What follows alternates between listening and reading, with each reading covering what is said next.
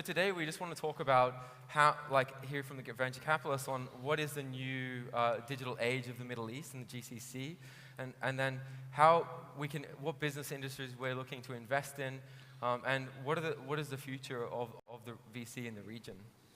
So to kick it off, the first question I want to pose is, are there certain new verticals that are very interesting in the Middle East, and what is of particular interest to yourselves? Shall I start? Yeah, sure.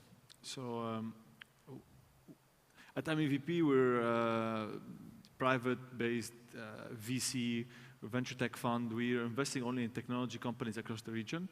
Across the years, we've seen some evolution in terms of sectors. And we've started with e-commerce and content, and then moved to others like streaming, marketplaces. What are the new trends now we're seeing is obviously a lot of blockchain startups, although nothing, in my opinion, has materialized on a MENA level. Another area is groceries. We have just announced an investment in Saudi Arabia in online groceries.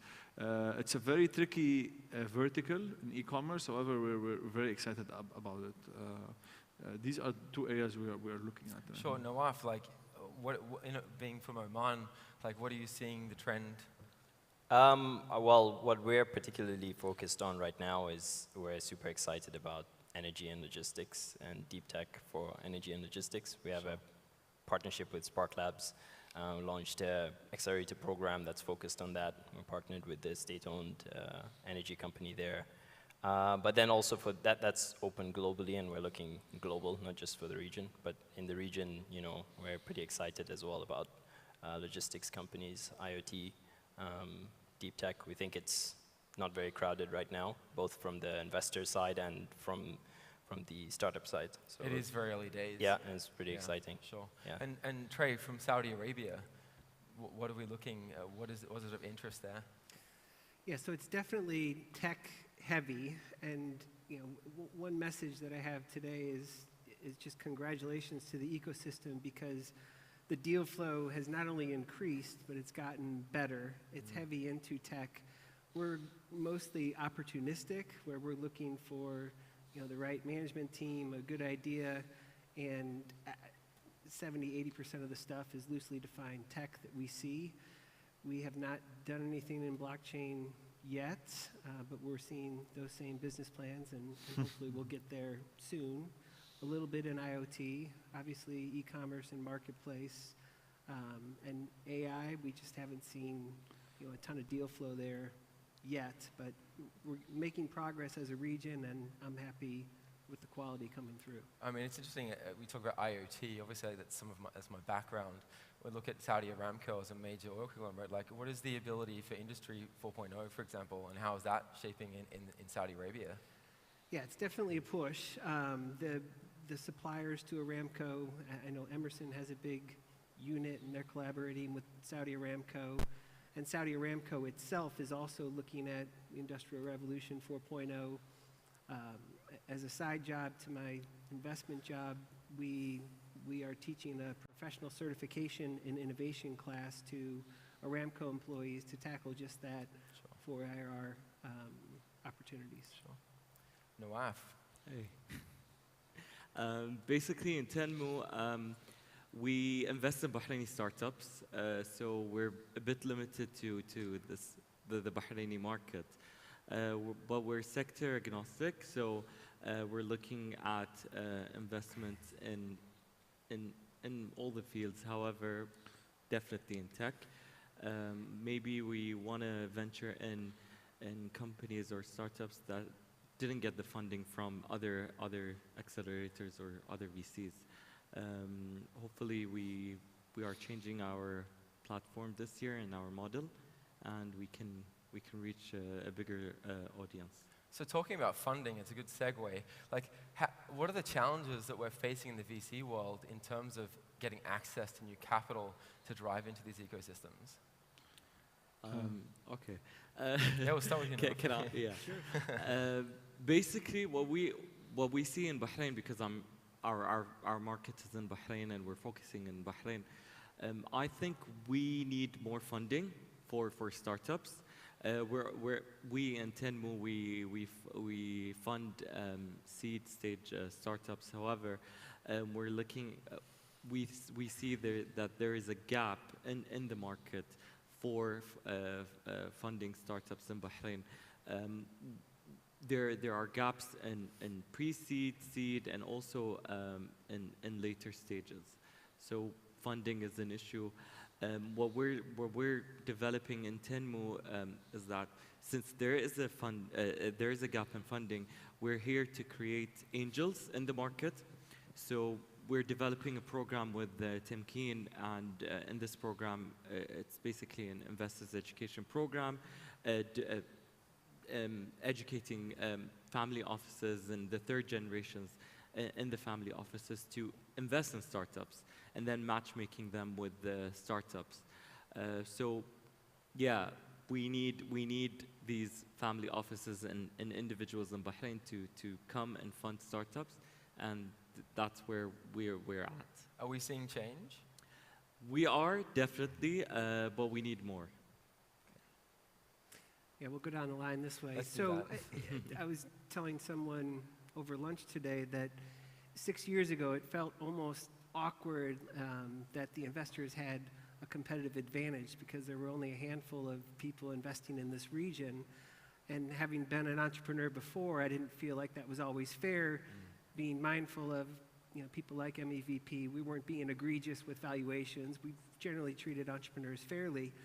But if you look at the reports from the aggregators like Magnet, the amount of investors has quadrupled in the last couple of years, and there's people that I don't even know, investing the same way FaZe is now, and they're a relatively new group. So the awareness is happening. Success breeds success. A couple of exits that we've had have popped more people into this market. Family offices are starting to get involved, but I would agree with Nawaf that we need more. There's not enough. Sure. Yeah, I can definitely echo that, especially on the family office note. You're definitely seeing the younger generations, or the second or third generation of these family offices being interested in the space. But there's definitely still the networks and the education that needs to come around it is still not there. We could definitely use as well with some independent, more independent VC firms, non-family office, non-government. That I think we could definitely use that across the GCC. Sure. Yeah, I think overall in the region there isn't enough money. I mean, I agree that the amount has increased and there's a lot of investors, a lot of activity.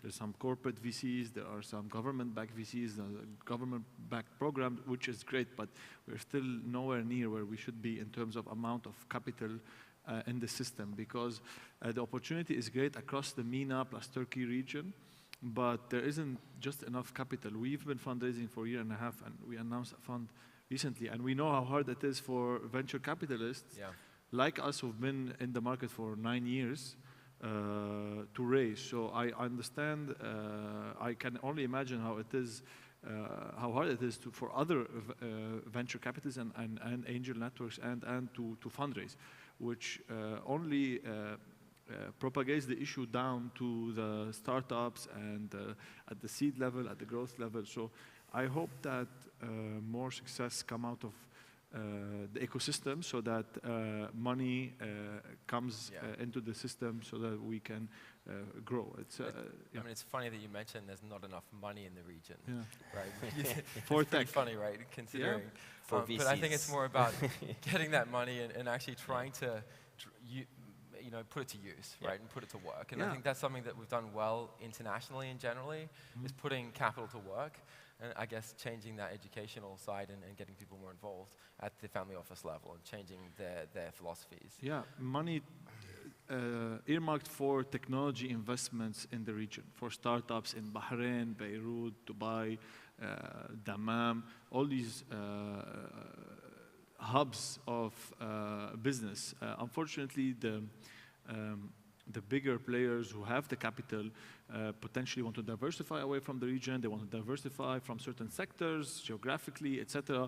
And in the past year and a half, what we've seen in terms of stability factors in the region have further worsened the situation for them, where they would say, okay, actually, you're great, and we understand that there is an opportunity to create technology disruption. However, we prefer to put our money in other markets just from a diversification point of view, and it has nothing to do with you or the technology sector. So you're not making it personal.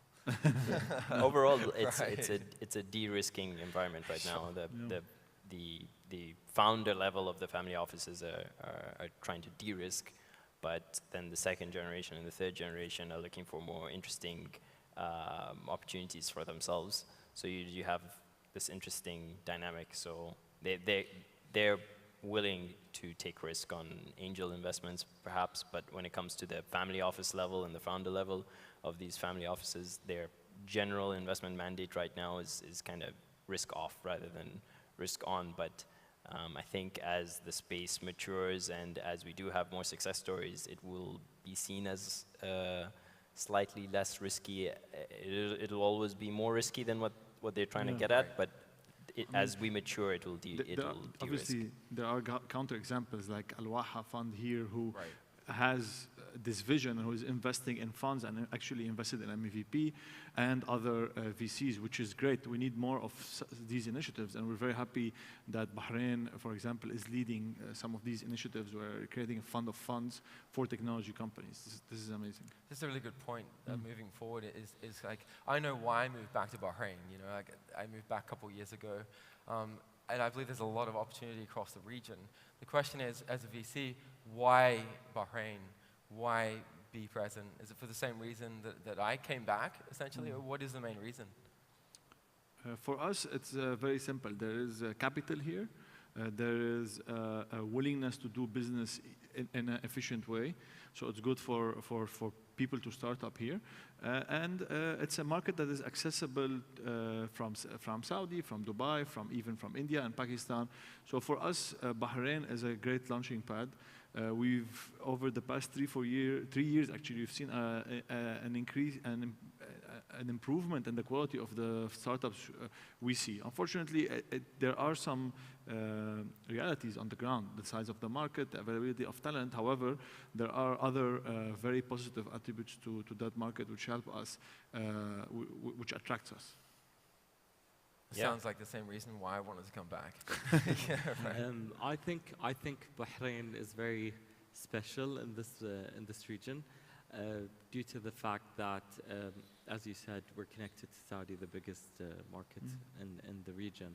However, even operating costs in Bahrain are really reasonable, and the lifestyle and the things that you can do in Bahrain. So maybe what we lack is talent in the market, in terms of tech, in terms of app development. We need more, but definitely Bahrain is a right place to start your business and then grow, because you have access to Saudi, the UAE, and then to the bigger MENA region. I was talking to a startup, I guess late last week, and they were talking, they have offices in Bahrain and Dubai, and they were talking about shifting more employees and infrastructure to Dubai. And from a budgeting standpoint, they were saying it's a 35% increase. Right. I thought it's up to 50% even. Yeah, it depends. Right. And then coupled with, you know, the just progressive thinking here in this country, from a government standpoint, the EDB, they're doing a lot for startups. I said it 6 years ago, and I'll say it again now. There's never been a better time. You never will have any more people available, willing to help you with the infrastructure in the region and Bahrain specifically. So moving on, I'll skip you, right? I'll skip you, no off. But so the question is, like, another question is like, what is the outlook on VC in the next 3 to 5 years? We believe that we will see more and more capital being invested. I think the numbers by Magnet were in 2018, maybe 700 million was invested in startups, or maybe 600 something. We will see this number grow. I think a few exits that are in the works right now, perhaps Kareem and Uber or others, will really create a lot of excitement for the region. I think people will wake up and say, okay, you know, like, there is a big opportunity in big sectors like logistics, healthcare, retail. This is a big market.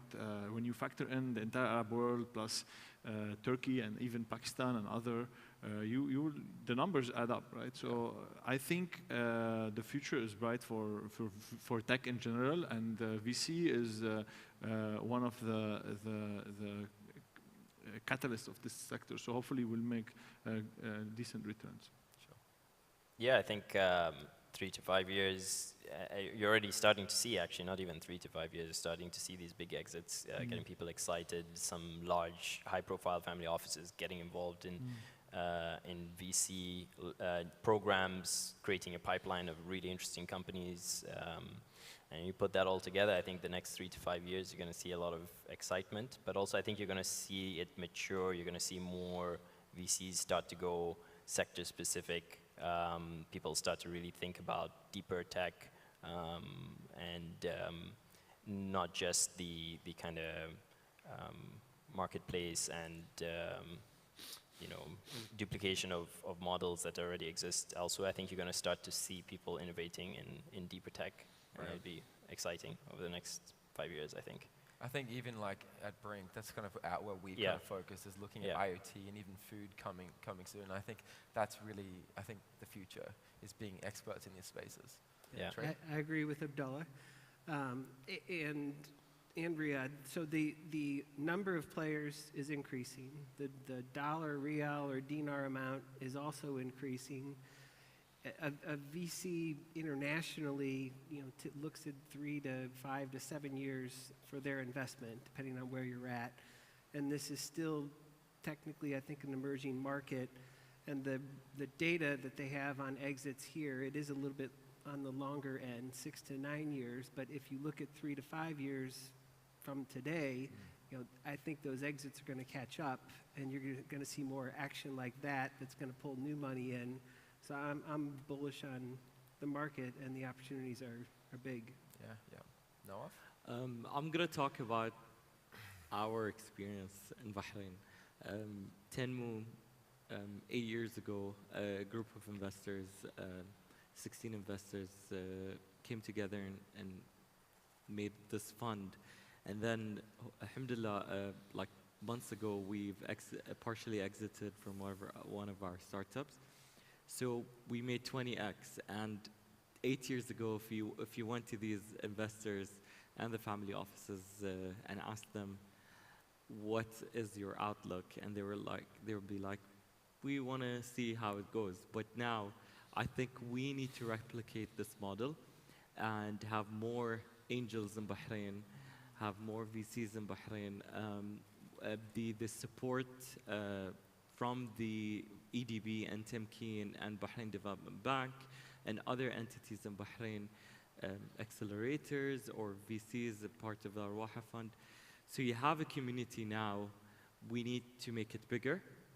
And hopefully by Unbound, maybe 2020, you'll have a bigger and a brighter outlook to the future. Sure. Inshallah. Inshallah, right? You were talking about angel investments. What are the major issues in angel investing in Bahrain or even regionally? And who should be leading the frontier on that? Because obviously it's an area that's kind of missing.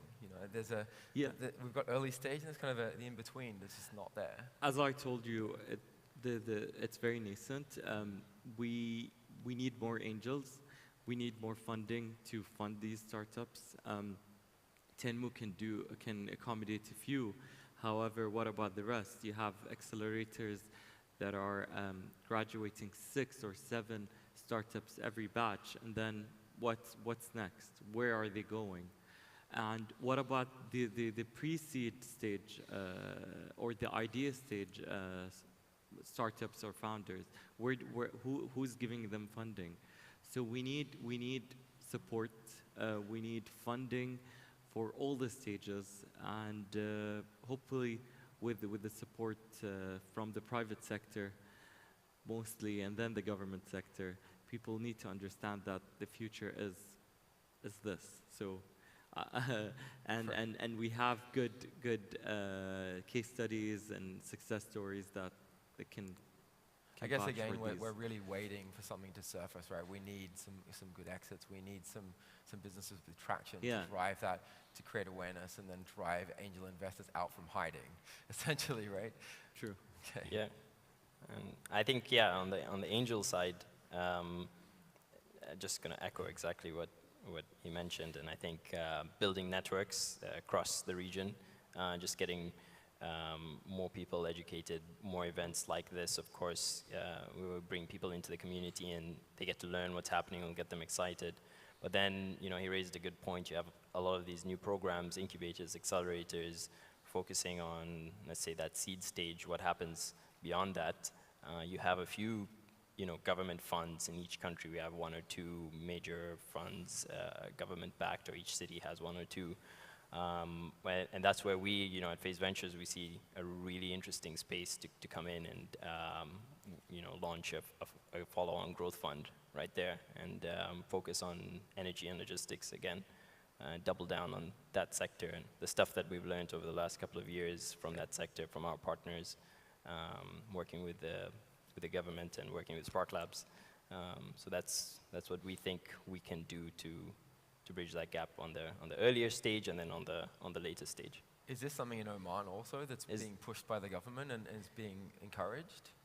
I mean, across GCC, you got a lot of interesting programs happening, a lot of interesting initiatives by the governments. Each country has their, different approach. We have two funds in Oman Technology Fund and IDEO, that are looking at this, a number of other programs, incubators, and government-led initiatives. We're kind of like the first private-led initiative in Oman. But we're not just looking at Oman, we're looking regionally, and we're also looking globally. Our focus is more sector-focused rather than geographic-focused. Sure. So yeah, that's what we think we can do to solve those problems. A bright future. Yeah. Riyadh. When we started, like I said, 8-9 years ago, we used to have to even sometimes seed the companies and do like angel investing from the fund, because there wasn't this initial starting up capital. For example, Angami, which is the biggest streaming platform in the region with 30 million, actually 80 million plus downloads, we seeded them at the idea stage as a venture capital fund, which is something we no longer have to do, because thankfully there are angel networks, there are angel investors. In Dubai there's 3, in Beirut a couple, and probably here there's 10 more, 1. So the good news is there are more and more angel investors. There are people who normal people who want to put $10,000, $20,000, $50,000 dollars in their friend's idea, because they see that this can be done here. It wasn't the case a few years ago. So that's exciting. At the same time, I think for startups, the challenge is to actually find these angel investors and people who believe in that idea and give you the initial money, but also the capital you need when you have an MVP, right? Yeah. Because that's very challenging. What we know from as a fund, what we've noticed is that a lot of the startups that graduate from the different accelerators and incubators, there's this valley of death that we call, right. because yeah, they go to VCs and like they don't have customers typically, or revenues, or enough users, but they need money. They have a team now. They've committed their time for this. This is the hardest part, and I think hopefully there'll be more and more investors willing to fill that gap. So yeah. We've got 5 minutes left. I have a couple more questions. So really, a really important one is, what are your thoughts on VCs and management fees and versus performance fees, and your emphasis, and what is the operational model of the future? So for us, this is a standard model that has been used everywhere. It's been designed and vetted. We do like a small 2% management fee and a carry, right? So we share the profit. It's a combination. Unfortunately, the returns will, like was said, the returns won't come until 8 years and 10 years. So you need the capital to manage the fund. And it's typical, and it's used in other private equity other than venture capital. So The future could be crowd investing or ICOs, but for now, I think venture capital has will stick around. It's set, right? Yeah, Okay. at least the model the way it is. Yeah. There are, you will see some variations like 2.5 or 3% or less than Sure. 2 and maybe more carry, but this is the model that has been working. And Right, but you won't don't see change it. that management fee disappearing anytime soon. No, Right. I don't see it because frankly, there's a lot of costs that we incur to find deals and invest in deals and support the startups Sure. and grow and wait, right? So, Sure. yeah. A lot of Um, others have. Yeah, I mean, at the classic 2 and 20, there's on the management fee of 2, there's not that much lower that you can go than 2 before you hit 0. But there are interesting things that you can do over there. I mean, you know, we've experimented ourselves on that front, and you know, partnering potentially with CVCs, you know. Programs being funded not from, so if you're talking about accelerator funds or if you're talking about that, maybe having programs that are not directly funded through the investment fund, have them funded through other areas. If you're industry specific, maybe it's a platform for corporates to do R&D or find new technologies, and they may be willing to fund it from that side. So you can innovate a little bit, but obviously, again, at 2% on the management fee, you know, Yeah, you don't there's have much not room to that move, much room right. to go down from there, but you can. There's cool stuff you can do, and yeah, then longer term, as you mentioned, then there's some interesting stuff happening where, you know, the countries now are looking at making legal like crowdsourcing platforms and other venues for raising capital. Sure. Mine's a corporate fund. So Yeah. we don't- Right, well, we can skip you then, Trey. Yeah, It's yeah. all right. No, but something could disrupt this, but I don't think it's anytime soon. right. Before I came here, you know, we were kind of first-time VC fund looking at true Series A stuff. We got cute with the first fund and went 1.5, 15, and raised 50 million, and then we went to 2 and 20 when we went to the next Right. 100 million. So we broke in a little less, but you know, there's expenses That have to be associated covered, with right. with it, and if you're a quality VC where the top deals are finding you, there's value in that as well. Sure. Nawaf? Basically, our model is very different from the VCs. We're angels. Our fund is a closed fund. However, what we're doing and what we want to work on is to make it to a network where we connect investors and angels with the startups, and then we can be the middle person. So this is what we're looking at, and how can we generate revenue out of that and cover our costs. So maybe we want to be that network-based angel network in Bahrain rather than being a closed fund. So Right. I've got to wrap up now. We're pretty much finished for our time slot. I want to thank Nawaf, Trey, Thank you. Abdullah, and Riyad for joining us and sharing their information. Thanks for your time, and I hope it was insightful. And thank you. thank you. Thanks. Thank you so much. Thanks for having us.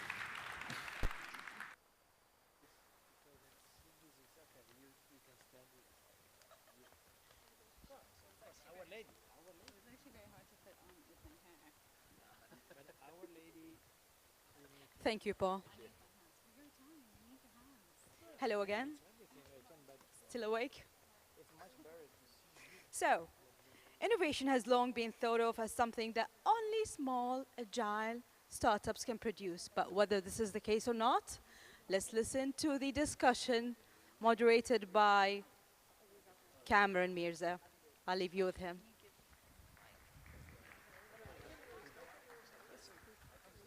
You're welcome. Please, John.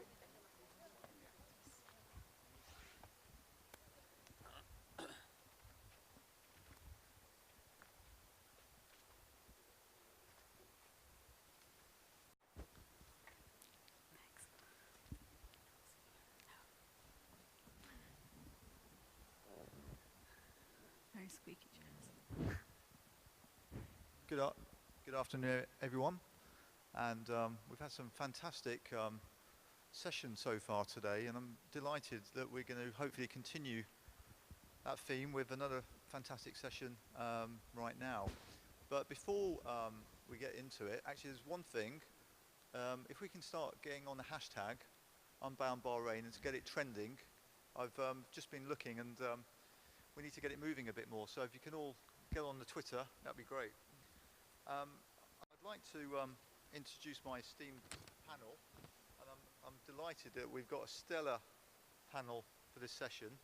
And I think we'll start with, to my left, we have Wasim Kardi from SAP, who is the manager of SAP Next Gen Lab.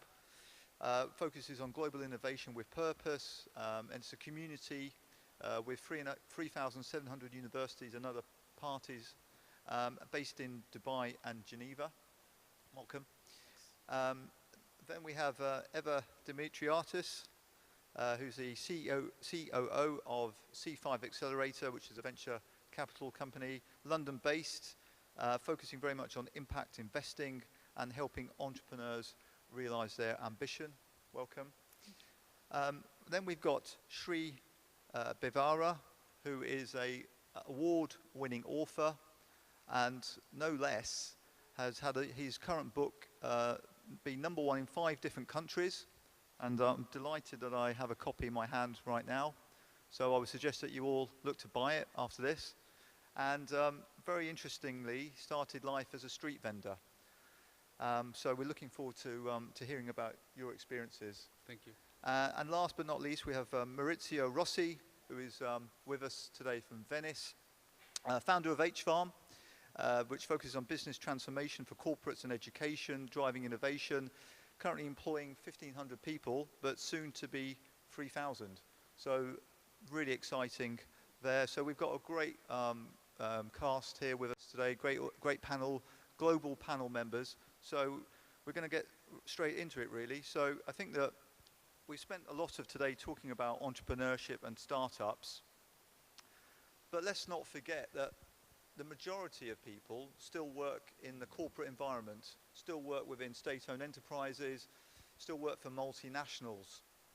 And with that in mind, if we think about 15 years ago, some of the organizations, in particular companies like Kodak, companies like Motorola, companies like Nokia, Blockbusters, don't exist anymore. Now, there's an argument to say that actually customer expectations have changed and they've actually fallen foul of that. But there's another argument to say that their lack of innovation has resulted in their demise.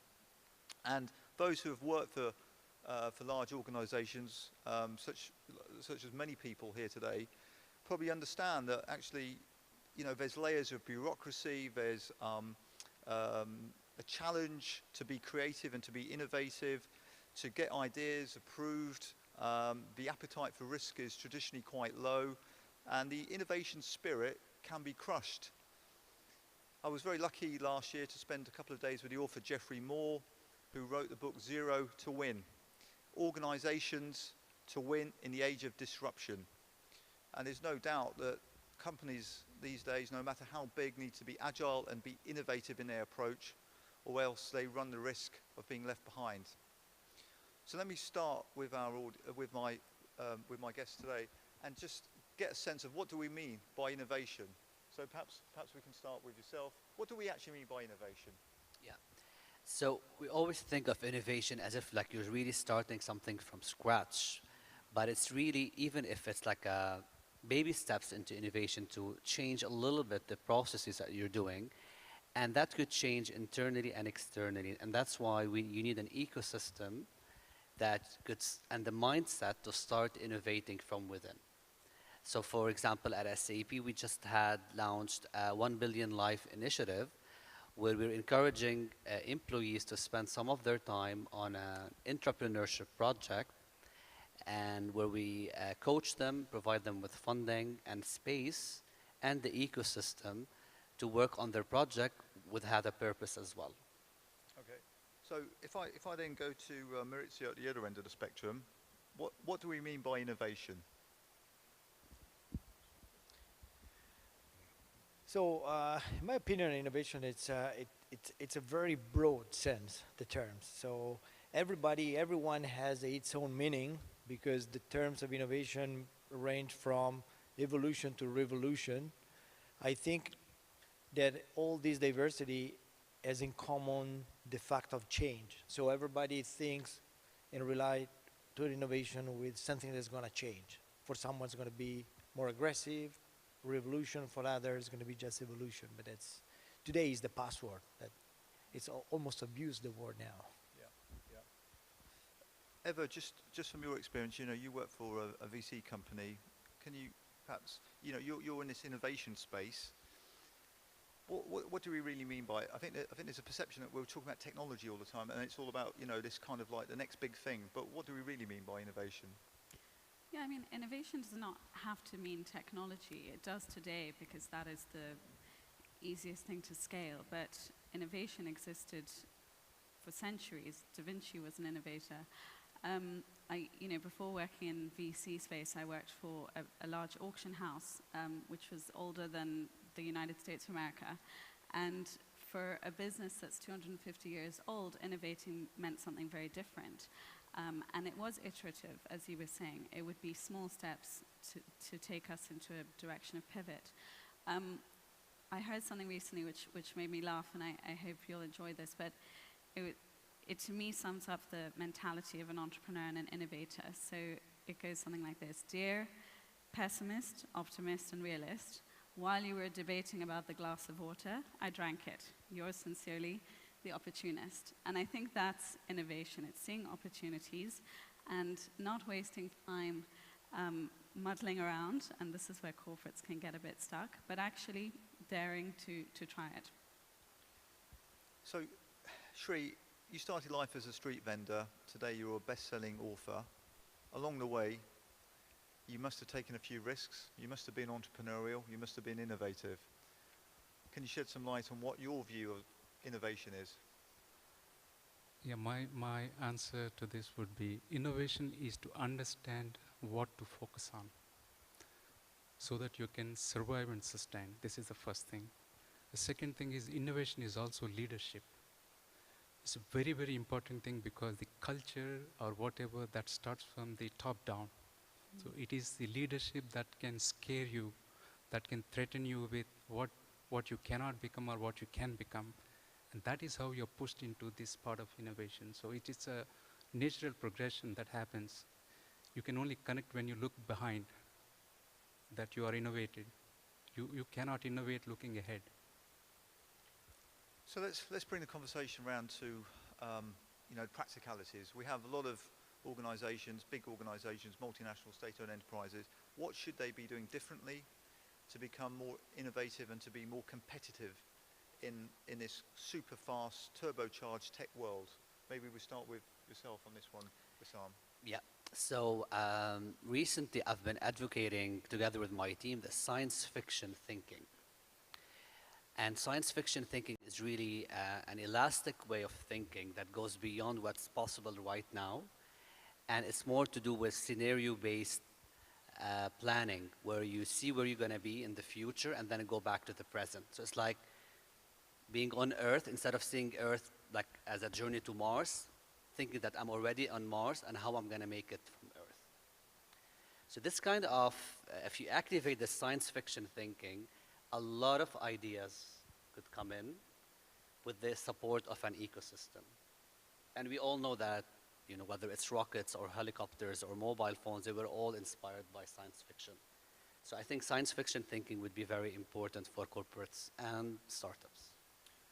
So if we move beyond science fiction thinking and move to more kind of so companies are starting to, there's a trend emerging here. Eva, I'm going to look at you for this. There's a trend emerging. When you look at corporates, they're working with smaller, more agile, nimble, dynamic organizations, often startups.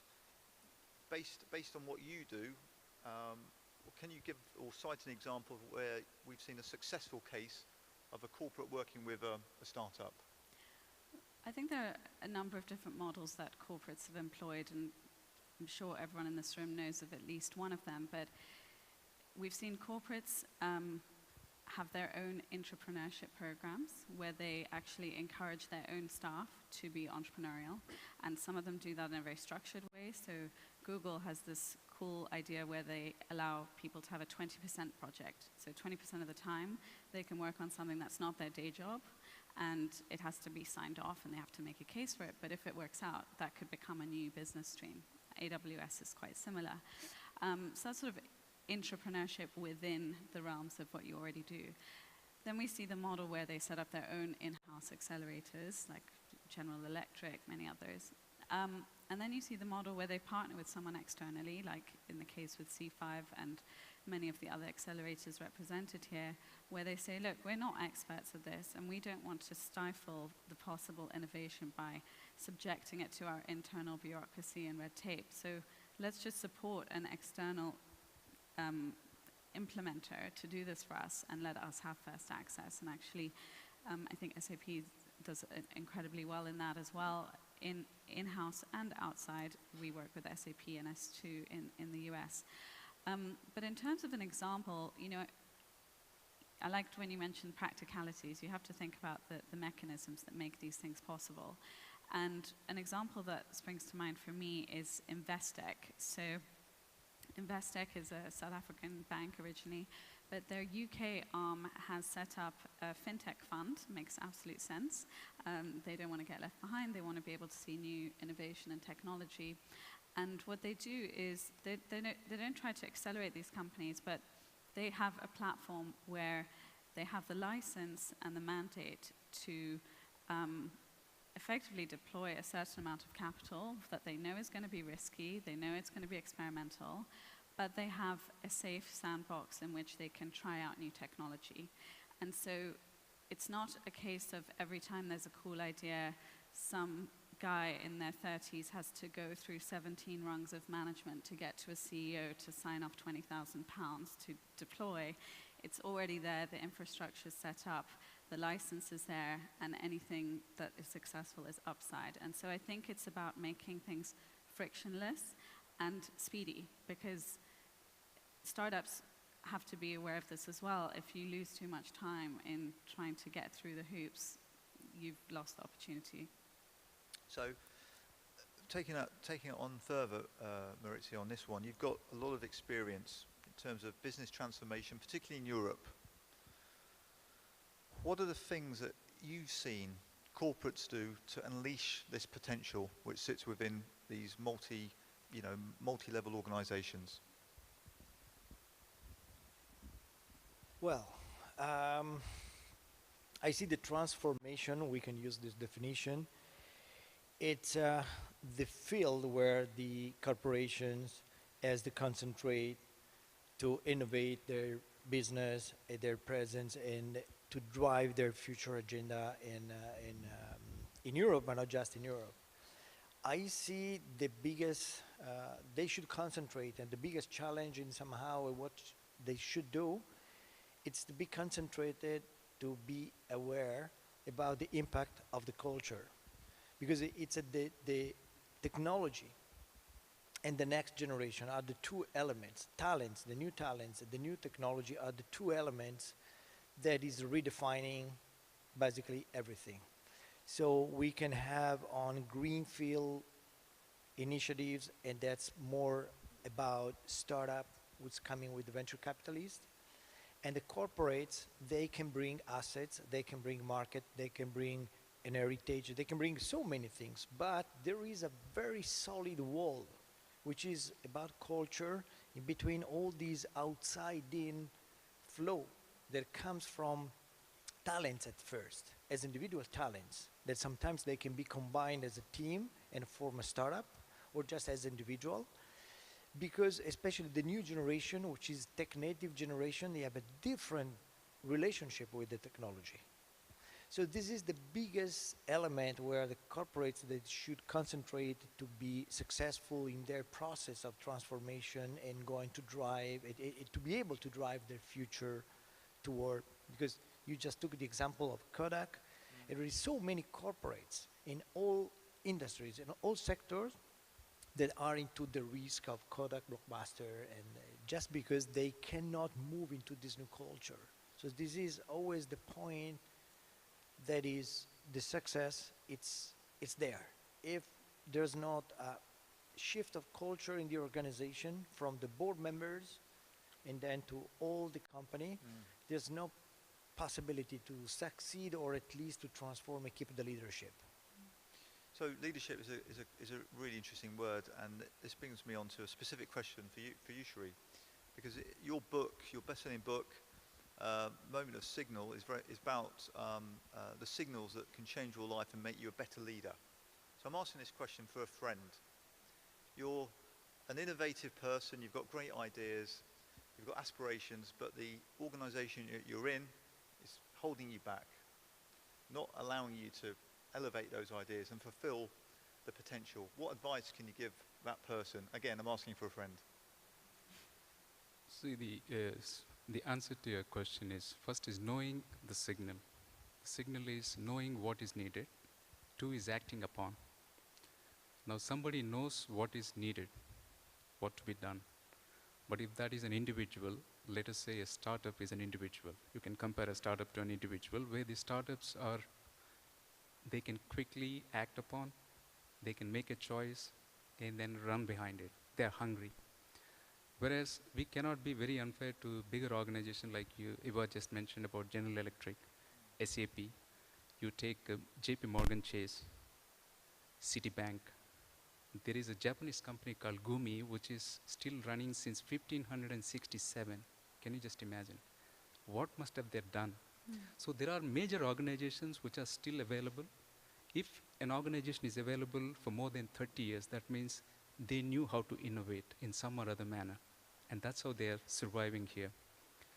And to the answer of your query, this is again, like Rosie mentioned, that it's again starts with the leadership. If the leadership, the top board really looking forward to innovate, do they want to survive for next 30 years, next 50 years?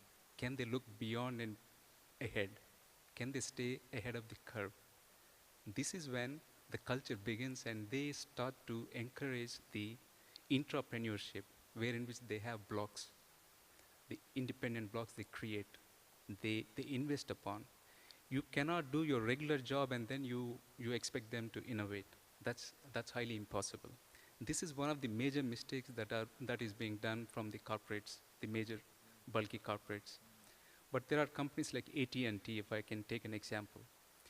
2009, it has started a unit called Pipeline, wherein which they have started encouraging people to come up with ideas. Per month, they received 5,000 ideas. And best ideas are being funded by the company itself. And then they have set up a foundries in different cities. Individuals are allocated some jobs wherein which they can create new products. So they are doing for the last 10 years, AT&T. And Waze is another example, the small startup example that I would like to take is from Israel startup that is. It is into maps, Google Maps. Google has purchased it, but on a condition that it will be left as an autonomous. For 1 billion, they have purchased it for 30% Waze. But it is now operating on an autonomous thing because Google, for example, Google X, they also wanted to innovate. So these are the things happening. Some corporates are understanding that they have to take the biggest risk, come out of their comfort zone, and then they can invest on the individuals who wanted to innovate. If not, they will only learn in future that they did not innovate. That's great. And I mean, I think, I do see a trend now with organizations doing their own hackathons and doing sprints within the organizations to try and sort of create ideas and lead innovation. I'm going to ask a question to you, Maurizio, and then I'll come to you, Wissam, about the role of education in driving innovation within organizations. It's been mentioned earlier today, the triple helix of, universities playing an important role in terms of helping organizations. What, from your experience, a lot of experience in Europe of this going on, what examples of best practice have you seen in particular around education impacting within innovation in large organizations? I believe the education, everything starts from education. So The education, it's broken. It's broken everywhere in the world. Because we have this new generation which is digital or tech native, and the education system starting from kids to, of course, the higher grades as university are not fitting correctly with the ecosystem of startup entrepreneurship. So there is several programs. We decided our own to take our program, and our program is very simple. Since our philosophy as a company, it's a human, so H stands for human, we decided to start from the kindergarten and then going up to 25 years old. Because of course, the higher grades at the university is like the last mile to connect with an ecosystem, because students are 20 years and more. So they are young men that they can provide, but it's all these come starting really from the early age. And I don't see also in Europe, there is not really a system to take as a model. We need to mix some humanities, creativity, and technology, because we have a lot of university. It's great for science, for technology, for IT, for whatever, but we also need the creativity, and we need all the thinking. So this is, the education should be much more a field to experiment. The accelerator for startups can be considered part of an education training program, because we need to coach the people to make mistake, to do things, to take risk, because the life is based on risk. The problem, we come from an education which was more, and also how the world was in the past 50 years, was to protect from the risk, try to create a world without mistakes, you know? And that's the biggest challenge that the corporation has it. They are so afraid to do a wrong move, and they don't move, which is the biggest mistake. So the education should be there, should be especially in the higher grades, the university. That's what we do. We involve them with events, with activity and staging, be part of what is build their future. It's a path. It's not you study one specific position and then you take it for your entire life, like was for my parents or for my generation. It's completely different. Yeah, I totally agree. I think it's about STEAM. We shouldn't forget the arts, liberal arts, social science is very important, not just STEM. I totally agree with starting with early age and moving beyond the traditional structures. We should focus on multidisciplinary, moving beyond that to transdisciplinary. That's where the great innovation happens. And I think your last point about education systems being outdated is absolutely correct. And actually what education needs to do is live in the future and work in the future. So I think you're absolutely right. I'll come to you in a second, Eva. Just pick up on this, on Wissam. What's your SAP heavily involved with education? What's your take on this? Yeah. So again, if we go back, that the most important thing when it comes to innovation is the mindset. And this mindset should be influenced at a very young age. So in our community, we have more than 3,600 university and high school members, where we start at a very young age to teaching people about science fiction, about design thinking, about that it's okay to fail, right? Because I think that's what made Silicon Valley what it is today, is the culture acceptance of it's okay to fail, and then after a couple of failures, something will emerge and you'll be successful. So that's why we also open up labs, SAP NextGen labs at certain universities and colleges, and we invite our ecosystem of customers and partners to go there and co-innovate and crowdsource ideas from students. Eva, you wanted to say? Yeah, no, I just wanted to pick up something, and it's quite specific, but I think that what I'm seeing more of, particularly now in the UK, I think it's existed in the US for a long time, is universities playing more of a role in helping research and development spin out into commercial opportunities. And getting this right is involves quite a lot of finesse, because there's a question of IP, and a lot of universities try to sort of put a ring fence around anything that's developed on their grounds or within their PhD programs. But I think that's a really important way that universities can help. And I was recently invited to judge some startup ideas that were being incubated at the university that I went to, and they're very far behind on how they approach and create awareness around entrepreneurship in that space. So I think there is more, and I think accelerators within universities are a good way to do that. But it's also about getting it right. How much ownership do they have over it? Sure. Look, I think you're right about that, and I think we will see in this part of the world an increased focus on technology transfer offices or technology knowledge offices, where there will be this kind of co-creation and leading innovation. But you're right, I think there's a lot of work still to be done around IP law, which is still quite weak in many parts of the world. I'm going to try and wrap this up before I come to you all for your final reflections. We've had some really interesting conversations here around how corporates need to think and behave and act to drive innovation.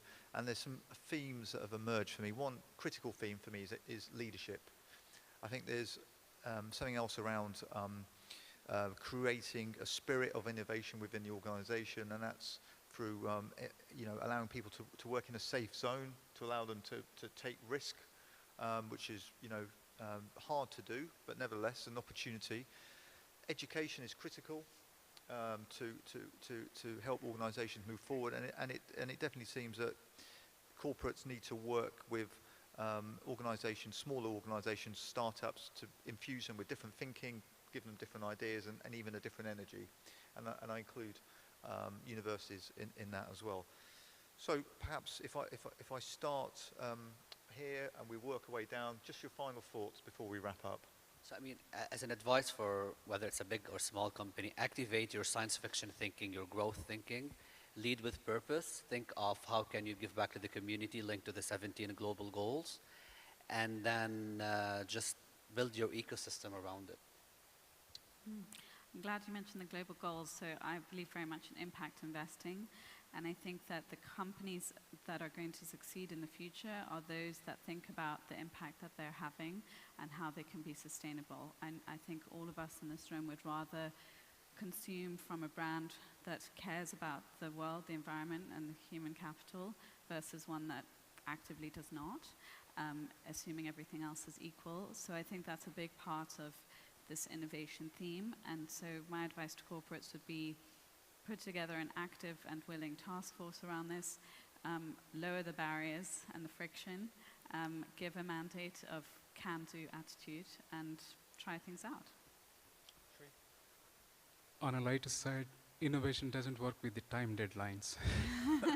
Innovation needs the freedom. Yeah. But the jokes aside, change is at the heart of the innovation. We human beings are designed to have this consistency of the routine. We do not like the change because innovation comes with the first objective of the change, and that threatens. Why I'm trying to connect this to the leadership is leadership has to foster an environment wherein which there is freedom that is existing for people to freely come up with ideas, and then the budget and all. Many people get stabbed with the budget issue, but budget is not the first thing. You need to have that environment, and then comes the money part. And yes, we need to have that independence to have that innovative environment. I think one, it's moving toward open company, because it's a great way to attract talents. So I don't find a better model of this. Taking risk, it's another great element, and not having fear about failing, and be very fast, because today it's one of the biggest problem is the velocity. So it's we're talking about a global stage, and startups can, at the same time, we are talking now, for sure there are several hundreds of new ideas who's starting, and some of them will be able to raise a lot of money, or some of companies can be able to move. So the competition, it's based on this, taking risk, be fast, and be open. So I don't see other elements. Well, I'm sure you agree, it's been a really insightful discussion. I think our time's up. Just a couple of things before we ask you to thank our guests. First of all, Shree's book, I'm going to plug Amazon. I think they're sponsoring. So his book, Moment of Signal, is available online at amazon.com. And Eva's running the Windsor Half Marathon for charity. So if you go to Just Giving page, if you find a moment to do that, that'd be great, and contribute to a great cause. But only remains for me to ask you to thank our panel members, who I think, I'm sure you'll agree, have been superb. Thank you.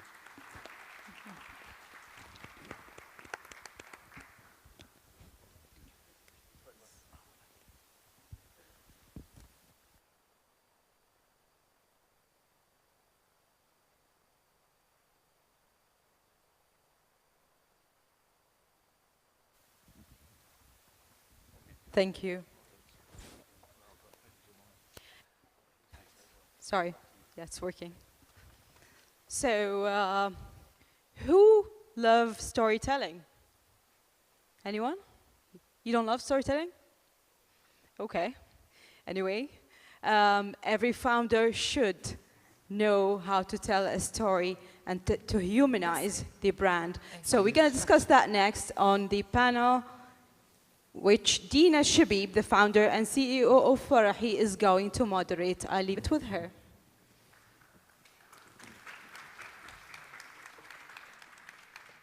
Thank you very much, Aziza. Good afternoon, everyone. We're very excited to be here today. My name is Dina Shabib. I'm the founder and CEO of Farahi, the first online one-stop shop for bridal and wedding essentials with a focus on the GCC bride. I'm very excited to be here with this great panel of experts. And honestly, instead of me introducing you, I'd like you guys to just maybe take a minute and give a quick background about yourselves. Neda? Good afternoon, everybody. My name is Neda Alawi. I'm the founder and creative director of Neda. Neda is a brand that transforms art into fashion accessories. And I think the reason I'm here today is actually we tell stories all the time within our brand. As a matter of fact, our products, each artwork would have its own story. So thank you for having me here. Hello, everybody. مساء الخير جميعا. This is Ali Sabkar. I'm the global chairman of Social Media Club. Social Media Club is an NGO, a global NGO that gathers the professionals in social media together around the world to connect them and share lessons that they have learned through their, let's say, stories. Thank you. Hi, everyone. My name is Mahmoud Qannati. I'm the head of brand marketing and corporate communications for Bahrain Islamic Bank. As you may know, Bahrain Islamic Bank is the first Islamic bank in Bahrain. We've gone through a huge transformation. I'm taking this opportunity to tell you how storytelling was part of this transformation. Assalamu alaikum. Good afternoon, everyone. My name is Ali Sayed. I run a digital marketing agency called MA Digital. We're 5 years old. It's a little baby and growing very well and strong thanks to our wonderful clients. We're based in Bahrain and we specialize in web, social, and branding. Thanks, Dina. Thank you very much. So today we're here to talk about communicating ideas on various different platforms within the context of a story. So I'd like to start by just maybe directing it to all of you within your different industries and the different realms of what you work on. What is effective storytelling, in your opinion? I'm going to tell you a little story to explain this point. So my background is oil and gas. It wasn't in luxury, it wasn't in retail, nothing of this sort. But I did it with my instinct and just a pure passion. But 2 years into the business, I decided that I'm going to back it up with some science, right? I need real information to back this up. So I went and studied in Paris, France, the business of fashion. And they kept repeating 2 words to me, and I almost was sick of them. You need to create a universe, you know. So they were all about this word universe, and in my head, what is universe? And the second word was segmentation, just in case you were curious, because segmentation is part of the universe. So universe is basically the story behind the story. What goes in the back of your story? What is it that you're insinuating or not saying it in front of people, but the personality of your brand does? So I think that's, to me, having the right universe or building the right universe for that brand and company, as I feel I did for Aneda, which is our brand. And I don't know if you're familiar with it. If you've ever entered our store and knowing our brand, I feel everything would come to you. And it's not a coincidence. It's because throughout the years, we were able to build certain feelings in your hearts or certain stories. And that's how I feel, you know, I think good storytelling is. Okay. Thank you. Thank you. For me, the storytelling is all about how human is the story. Been doing a couple of campaigns through the last 20 years with my ex-companies. I was with Zain Bahrain as an e-marketing manager, and then I had my own agency. So we worked with a couple of brands, and the most successful campaigns was always about people in the campaigns, telling stories about themselves, you know, what they like to do, their ambitions, where they would like to go. That attracts people because at the end, everyone has a story, and all people are following the big brands because they want to know about them. They want to know more about the stories. You see today, the big brands, the big accounts are always the influencers, or let's say the players, musicians. They have the biggest followers. Like, you know, Ronaldo has the biggest thing, you know. So, so the campaigns that we did, even if you brought people are normal people and they start talking about their stories, what they do in life, it will also attract people and start people talking about it. So for me, storytelling is always about the people in the campaign itself. Okay, very interesting. I completely agree with both of those views. I would like to take a step back and just go to the very basics of what we studied in the university. We started with the 4 Ps, you know, the place, the promotion, the product, and this is how it used to be. The promotion used to be the story or the message, and then the point I'm trying to make is that the story is nothing but the message that flows back and forth between the brand, the company that you know, wants to communicate, and what the audience says back. I think I agree with Ali in a way that, I mean, you mentioned Ronaldo as an example. It's because Ronaldo told a story through actions, through words, through behaviors that made the audiences, you know, respond back. I'll just give you a quick example and how did storytelling evolved over the last, say, I don't know, 100 years. So when car was first invented, Ford introduced cars, and cars were just black. And people were like, wow, a car, yeah? So the story was, there is a car. And people ran and bought them. And then cars became different colors. And then the story was, now cars in different colors.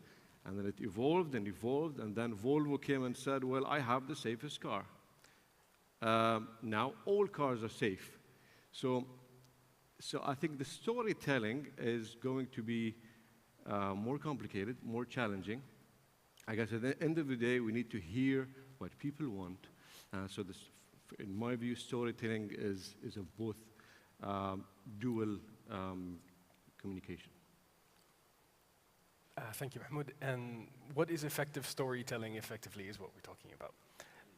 In my view, I think it is getting someone to do something that they would otherwise not necessarily do. Whether it is subscribe to something, buy something, do something, whatever that may be, very broadly. And the question then begs itself, it is, how do you do that, and what toys, what tools, what channels do you have, what touch points do you have to move people along that journey? If I may answer the first one, in my view again, how do you get people to do something they wouldn't otherwise do? How do you effectively tell a story? To pick up on something that my esteemed colleague Neda said, she mentioned feelings.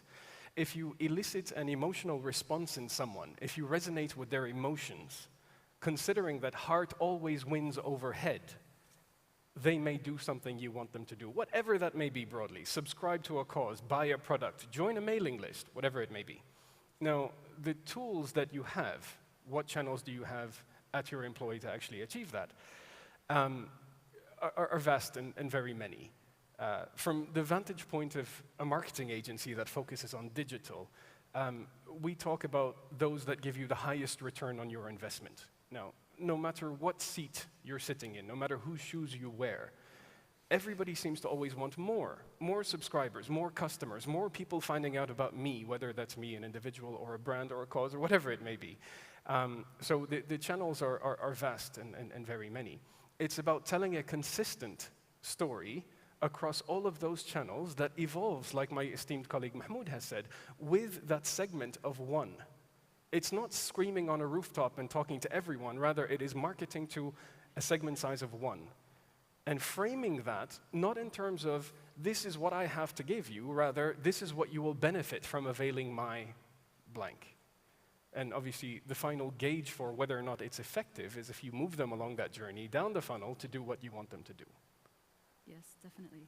To actually touch on the points that you mentioned, you were talking about the universe and it's about the people. How does all that come along when you are looking at certain channels such as social media channels that we have right now? I mean, maybe Snapchat, it gives more of room for actually a longer story, but you know, the short Instagram videos or just a quick post. How does storytelling come into place when you have a really short attention span, or just a really, few seconds to grasp your audience's interest and get them to do what you're trying to get them to do? So how does that play along? So I don't think people have a short attention span, and I'll say why. Can I ask a question to the audience? Are you all with us, or did you snooze? So my question to you, how many of you binge watch a series on Netflix? Thank you. Does that say short attention span? Of course not. It means that you're dedicating, 13 hours on that day to finish that series, which means that we need engagement. We need to feel something. We need to, in order for us to want more, we need to feel. We need to relate, to be part of the story. So I think it's the pace of the information that's given to us. So if the story is very slow, we move on to another story, right? I think the minute Instagram introduced the story part, I personally, to me, Snapchat was exhausting, but Instagram story is easy. I can just get to it. I post. It's a snapshot of what I'm thinking. I just love it. I personally love it. Thank you for being honest, by the way, sorry. I think the story is not only Instagram story or Snapchat. We have hundreds of social media channels. Of course, of course. There is one story today, which is there, the hashtag, Unbound Bahrain. Click on it, and we'll find thousands of stories from the speakers, from the participants, from the people now I saw them outside are networking. Yeah. The networking maybe is more important than a session, because they are making business. Mm-hmm. So all type of social media channels, all type of contents, tweets, text, videos, are stories as well. And you have to go through them. I'm not very much with having only one channel and using only a video for the story, but the story has to complete, I have to see you everywhere, wherever I search for that. Let's say the keywords or the brand. So if I go on Twitter, I see the same story that I have for your campaign, but maybe when I go to the story, which is the videos, I see behind the scenes. Every channel have different type of telling stories.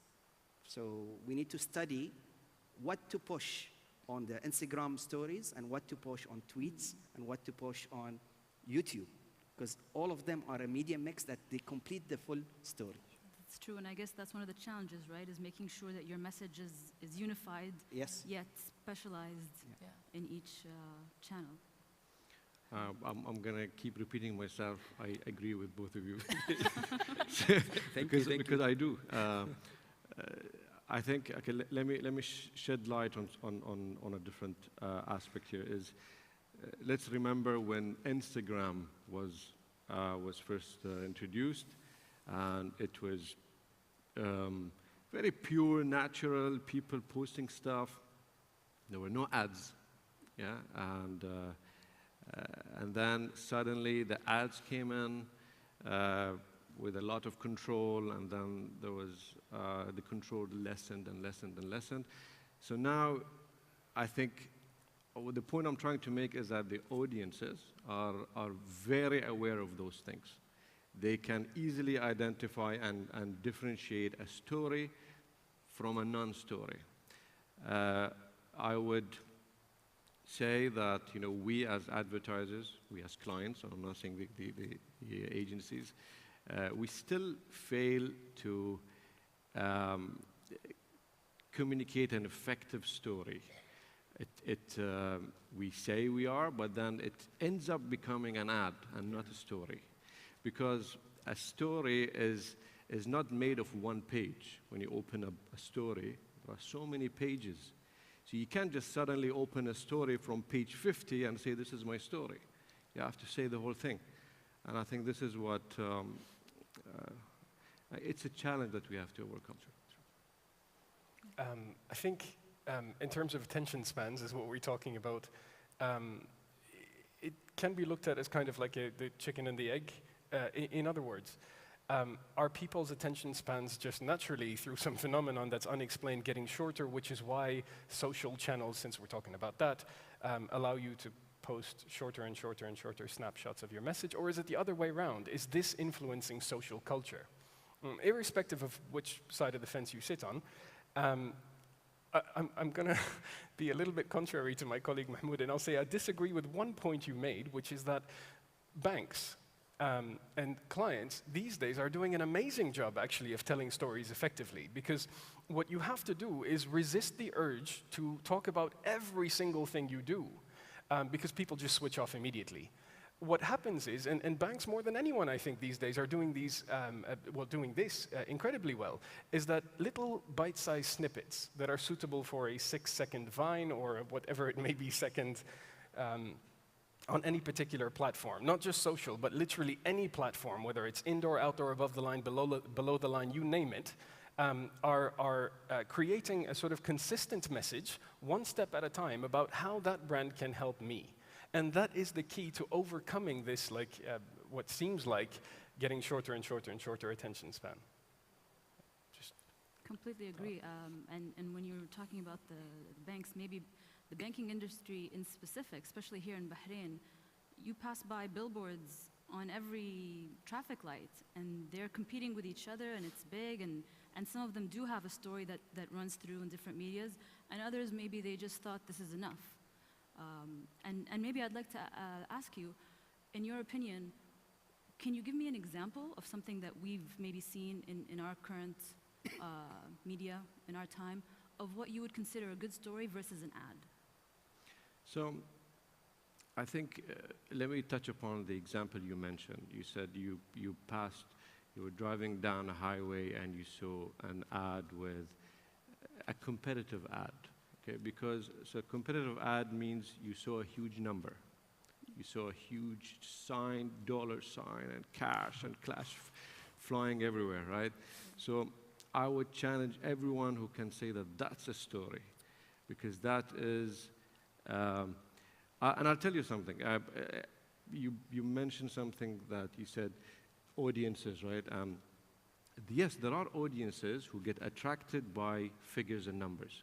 Now those will, we call them those who fish, those who do gamble, those who, apologies for the word, but that's because they would jump from a place to another to grab the next big thing. but those are you can't communicate with them through absolutely through billboards. So I think a story would be when you tell a customer why does he need to bank with you versus someone else. And a more beautiful story would be if I tell the customer, I'm sorry, I can't serve you, go to that other bank, they can serve you. I think then you can say the end. Okay. And I have to say something here that the story has to have a value and it has to go viral. That's a story. But outdoors are advertising, short-term advertising or long-term advertising. And outdoors has a mission. The mission is to keep top of mind. Absolutely. One day, if you are in Majlis, someone says, I want credit card, oh, I saw Ithmar Bank. It's my client, so I say it. I saw Ithmar Bank. Okay? So I want that restaurant. Okay, let's go to Mayam in Galleria, because I saw that, again, another client. Yeah. So the story is, you have to give a value and it has to be viral. That makes a good story. That at any time, if someone has a discussion, you have to talk about that. But the other promotional advertising materials are not stories. They are placements, ad placements. Okay. Maybe I'll talk from a small and medium kind of an enterprise, because obviously we can't compete with the big advertising and the big billboards and those huge budgets that are put into this kind of advertising. So social media has been a great platform for every company to create its own reality show, right? We all have these fantastic platforms to give our thoughts, our stories, to tell our story, to talk about our product in an open way, in a great way, and for people to communicate with us. Not only they can become part of the story, they can give us feedback. It's like an these games that are interactive. What is going to happen next? What is going to happen next? And I think we're lucky that we live in a world today that allows this kind of interaction. And I think sometimes, yes, the banks and these really big clients might have that challenge because they need to move from that big billboard number into more feelings and substance. Yes, as a consumer, I want my benefit, but I also want to be safe and I want to be, I want to feel good about myself. So, yeah. If I may add something here, and you mentioned Netflix, right? I love Netflix. Yeah. So not advertising. I'm a customer. So, I mean, you just reminded me of a great example. And if you guys remember when I first spoke, I said that it's a both-way communication. How many of you watch Black Mirror? Black Mirror. So they did something lately for the first time that as you're watching the episode, it stops and asks you to choose, to make a decision. So you have an influence on the storytelling. So you can change the story the way you want. And this started in gaming. Yeah. So yeah, it started in gaming, and then there are thousands of different variations of the story. So I think the bottom line is that engage the clients with the story. Let them be part of it.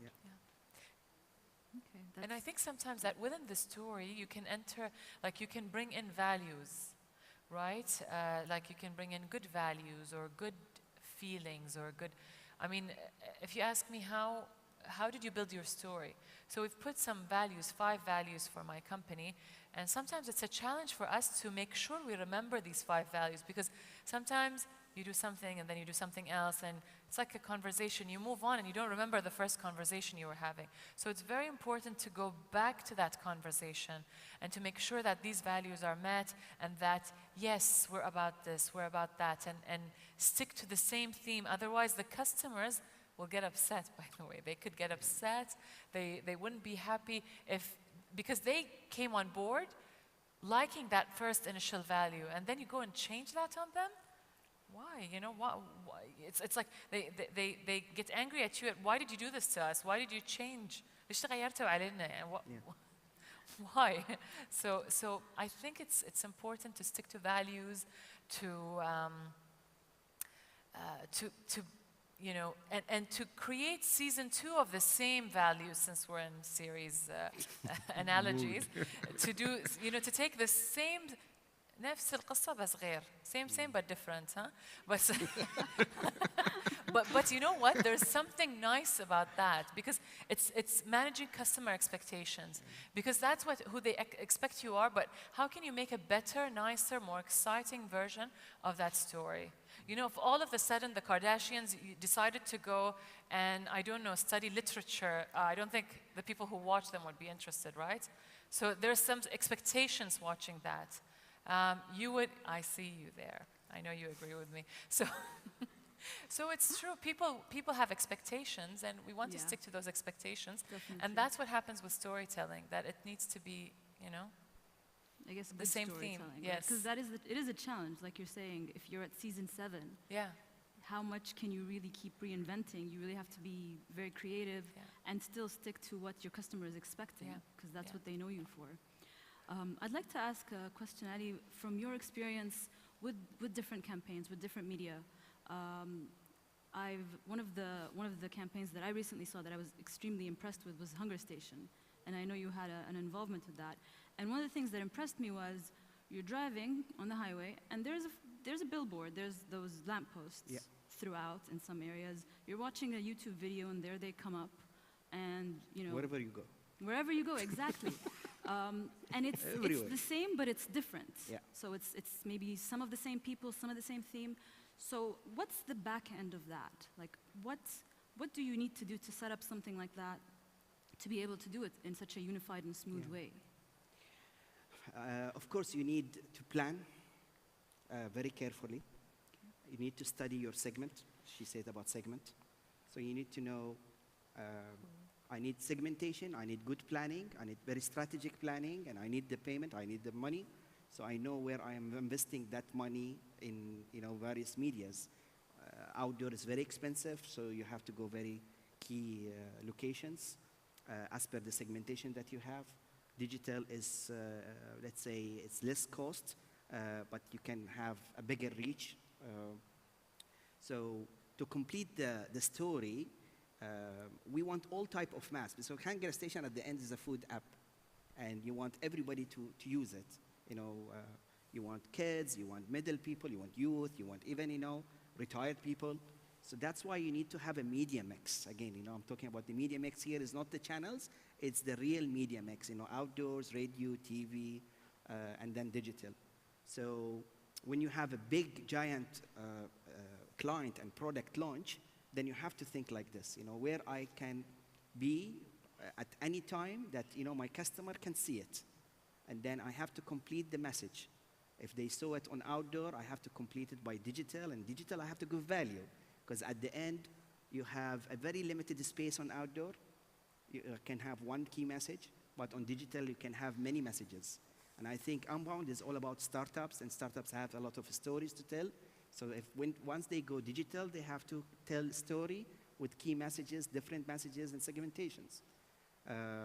So that's why what we did is we had different messages on digital as per the segmentation.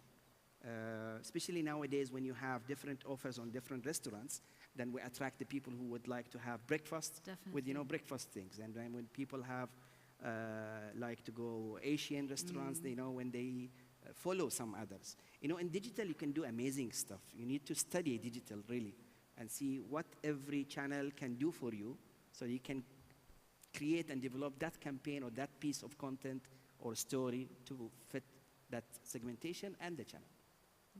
Thank you for the lovely testament to digital, and I completely agree with that. There's all sorts of crazy things you could do, and to answer the question as well, broadly, a strategy is what you need.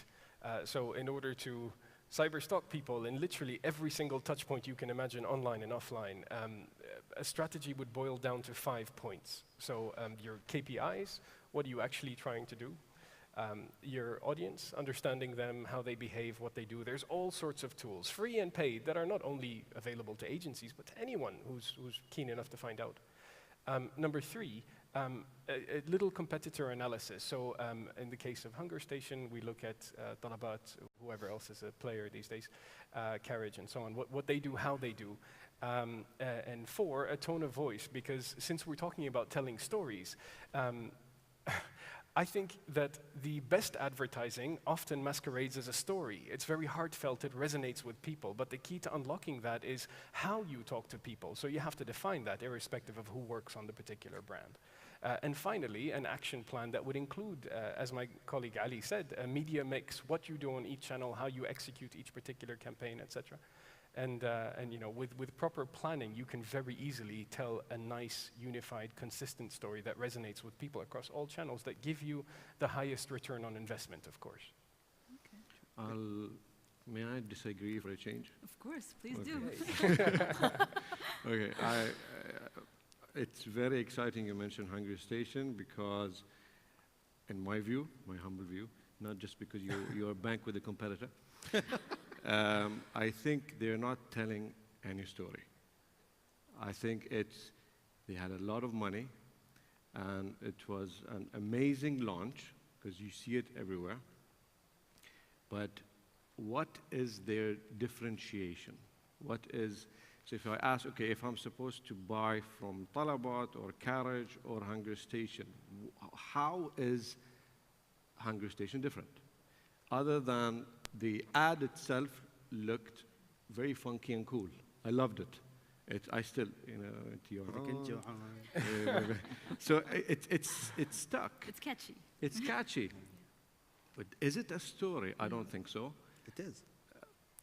You need to understand the words.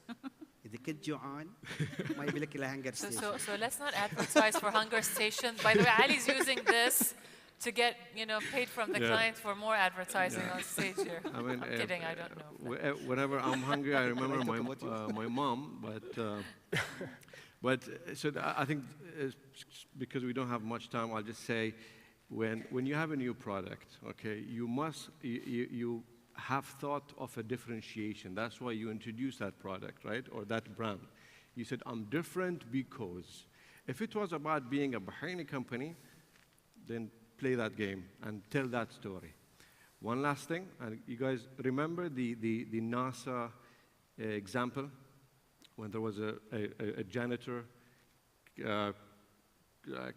cleaning the floors, and then someone, I think the president asked this person, what are you doing? He said, I'm sending a man on the moon, right? What does it mean?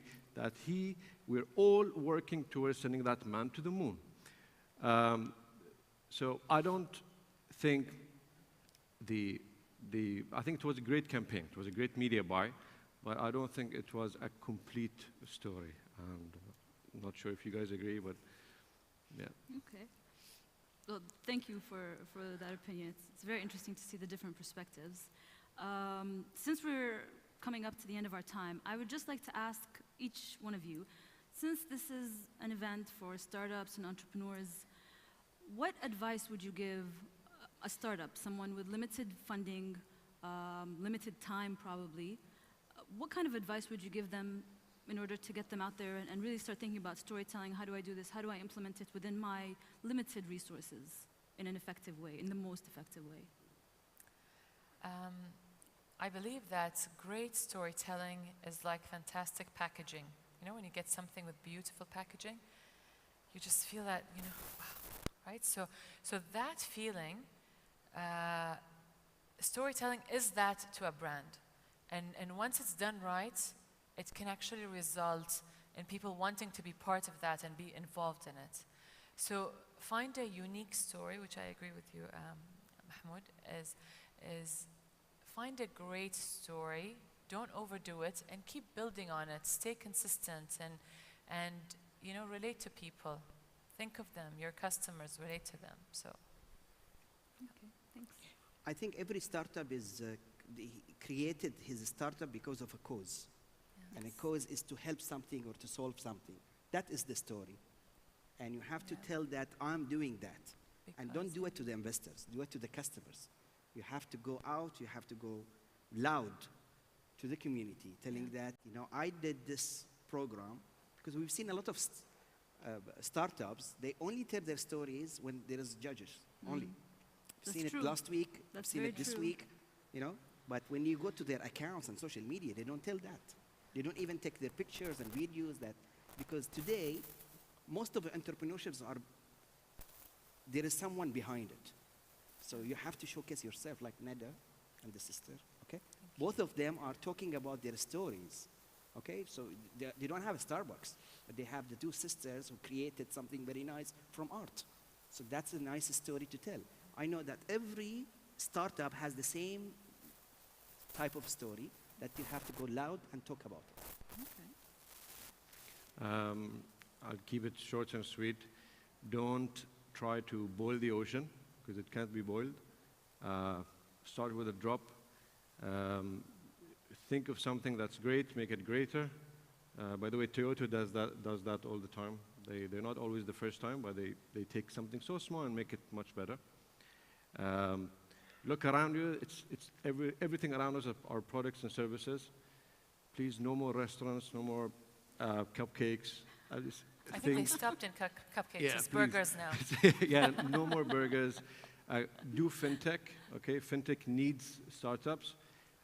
In fact, you know, we have an IT roadmap with more than, I think, 150 projects, and I promise, you can take my word, start a fintech, solve a problem, and you'll be our first client.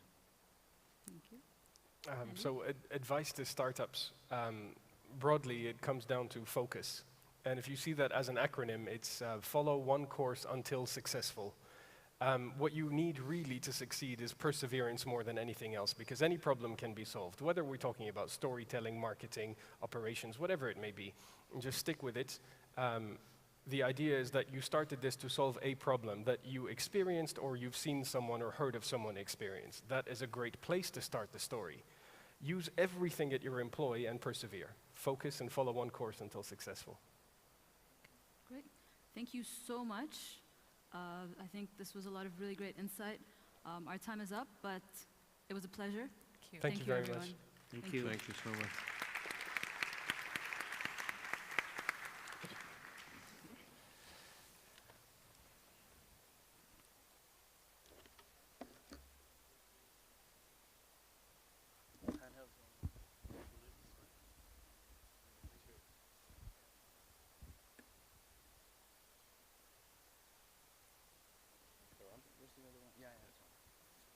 The other one?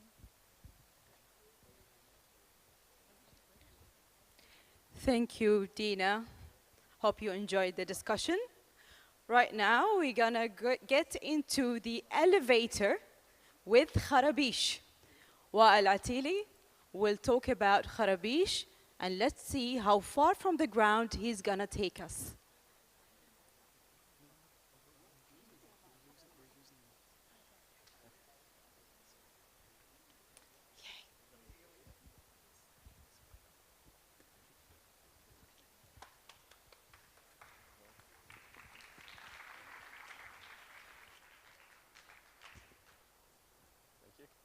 Thank you, everyone. I'm Darren. I'm the head of innovation here at Unbound Bahrain, and it's really great to be here with Wael, who is going to share some of the story from his business, from starting out through to what they've learned in the 11 years that they've been going. So if I could just start by introducing them. Can you hear me, guys? Well, thank you for staying here and being at this session. I am so happy. This is my first time in Bahrain, and I'm so keen to explore this beautiful country.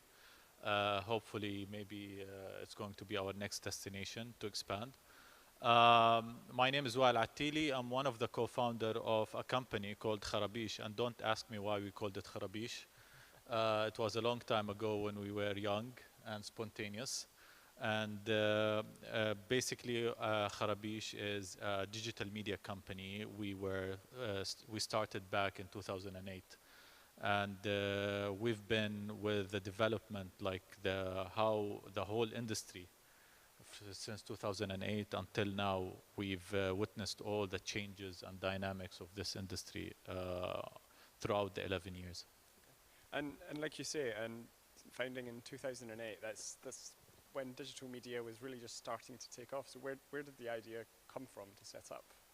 Well, it's actually started during the blogging, when the 2.0, Web 2.0 started, and we started to see a new generation of blogger. Me, myself, was a blogger. And the idea and the notion of the desire to create content freely this is exactly where the concept of Kharabish started. So the really idea of how can freely create content. So and encouraging people to create their own content and giving them a platform put to do our that. shares of knowledge and experiences on the web. That was basically the main driver of how we founded Kharabish. Fantastic. And so the founding team is, you very much founded the business to begin with, but over the years it's grown, right? So yeah, by the way, we're 5 founders, and I remember when we started and we started to raise investment, it's like a nightmare for investors to see 5 founders. Yeah. It's like, oh my God, you're not gonna stay. But till now, 11 years, we are still 5 working founders. Nothing changed. So that was one of the biggest challenges that we proved. Sometimes it can work out, but it wasn't easy. It wasn't easy at all. Again, when we started back in 2008, we didn't actually have any clue about entrepreneurship, about the ecosystem, about, there's something called investment. We just wanted to open our own business, and it wasn't our first trial. We, as 5 founders, we had our own shares of, finding our own companies and failures until we came together again and started Kharabish, the story of Kharabish. And we were self-funded until from 2008 to 2010. Yeah. This is where we joined Endeavor Jordan. And since that turning point, everything has changed. And what kind of role do you feel that Endeavor played? Like, as 5 first-time entrepreneurs, is that right? Yeah. What did Endeavor set you up for? Well, basically, when we joined Endeavor, we started to understand what is entrepreneurship is about. Okay. And running a business is not just like, doing the thing that you love without calculating, cost. And we started to learn actually the basics of finance. Of the business. Of the business, and how to develop a business model, and how to develop a proper structure for your operation and company and organizational structure, and how to, and the concept of investment by itself, it wasn't known for us. What does it mean for an investor to come in and take a share equity, and what is the value of that, and how to scale your business? It just moved us from, honestly, a naive entrepreneurs into a really visionary entrepreneurs, and taking, a much bigger scale of what possibly we can do. And of course, if you're 5 founders and you're going through that educational process of what a business is, to anyone that's setting up their own business and they're figuring out, is it a friend or is it a co-founder, what came out from the 5 founders going through that process? Was there clear roles for individuals within the business, or? Well, yeah. At the beginning, the relationship between founder is like marriage, okay? And it's not an easy kind of relationship to manage. It's very important because 70% of failures goes from disagreement between founders. Mm-hmm. And honestly, when investors are investing in a company, they don't look at the business model. They don't look at, they look at the business model, but they are not investing in the company. They are investing in the founders. Yes.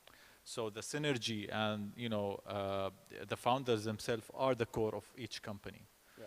And this is very important for any entrepreneur to understand really well. Because when we sign an agreement with an investor, there is a lockup. You cannot have a plan B. Yeah. You don't, if the investor sees you with a plan B, he will not trust you and he will not put his money with you.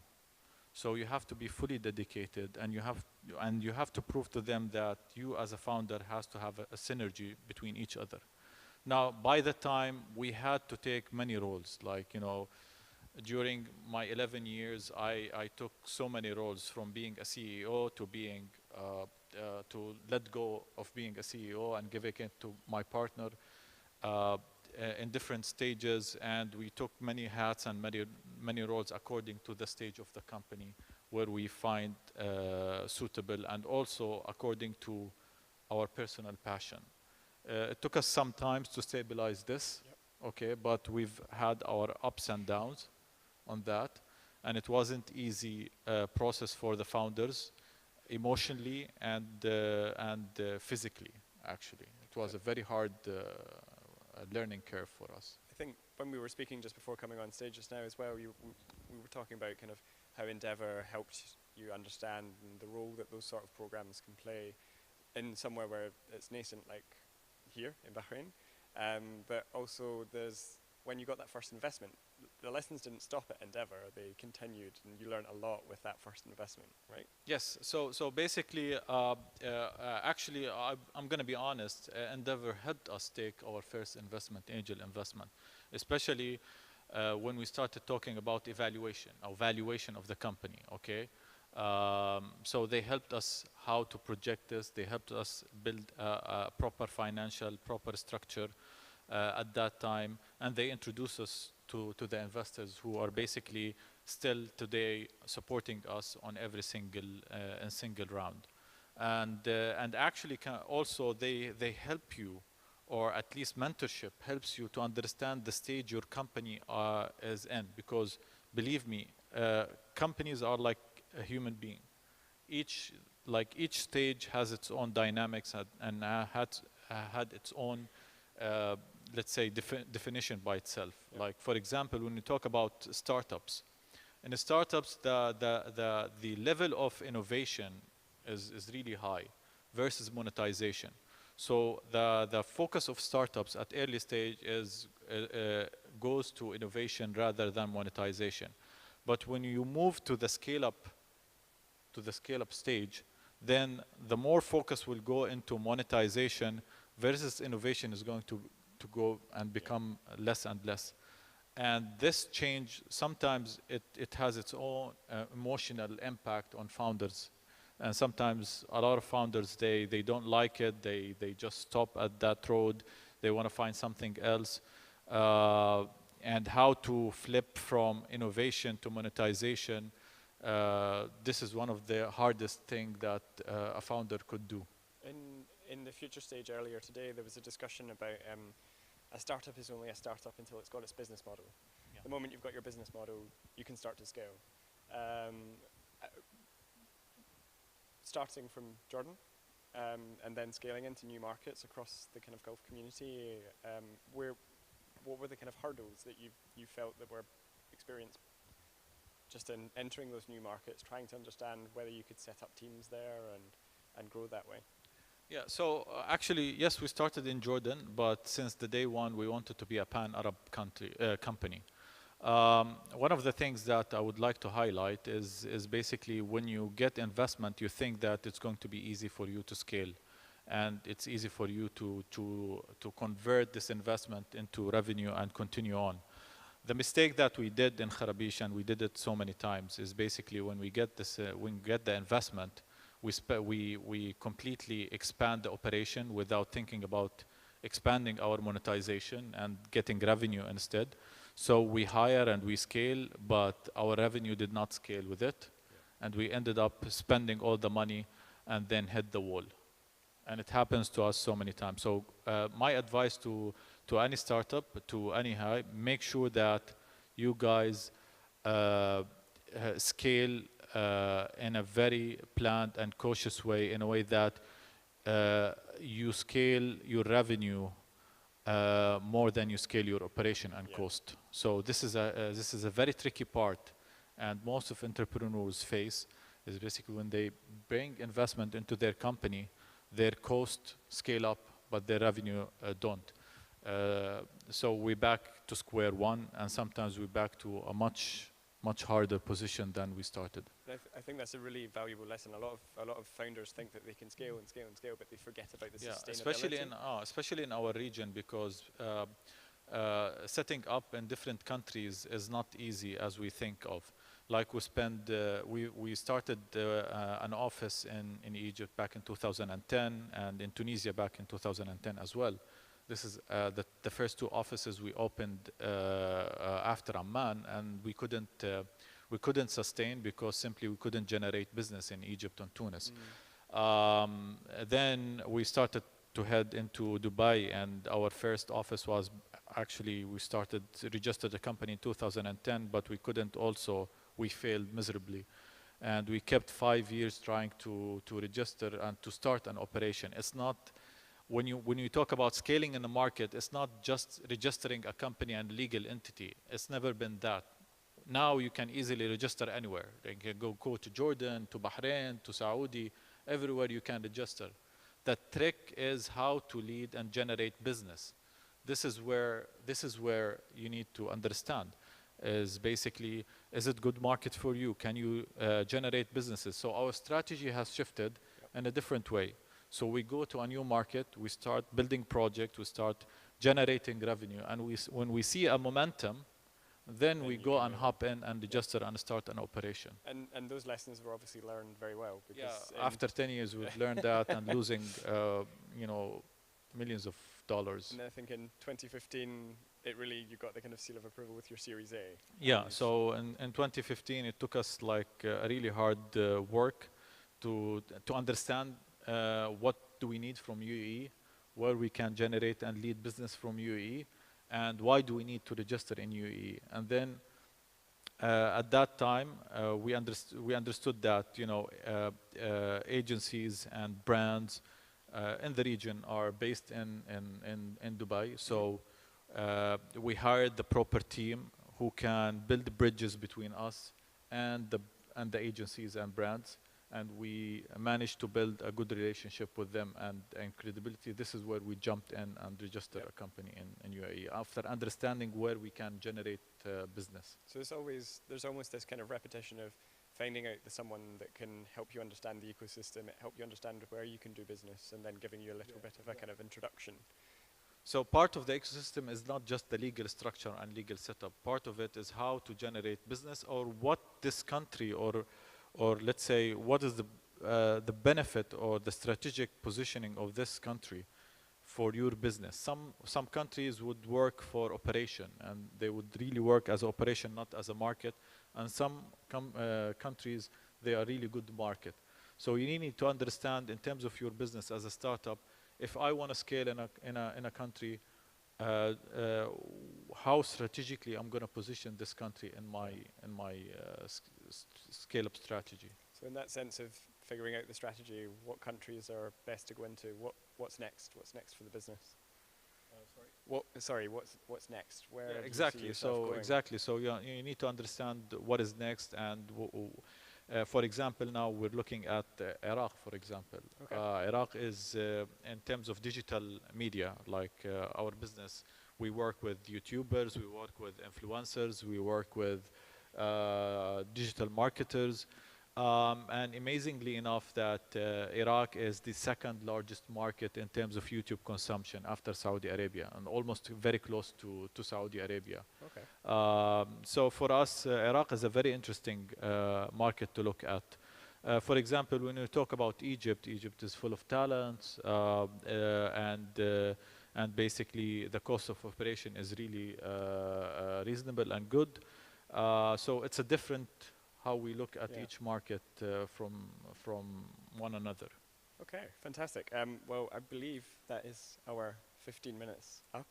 So thank you so much for hosting me. I hope that it was beneficial and valuable for you guys. And I'm here for today and tomorrow if you need any question. Perfect. Thank you. Thank you so much. Thank you. Thank you, Darren. Thank you, Wael. That was very high.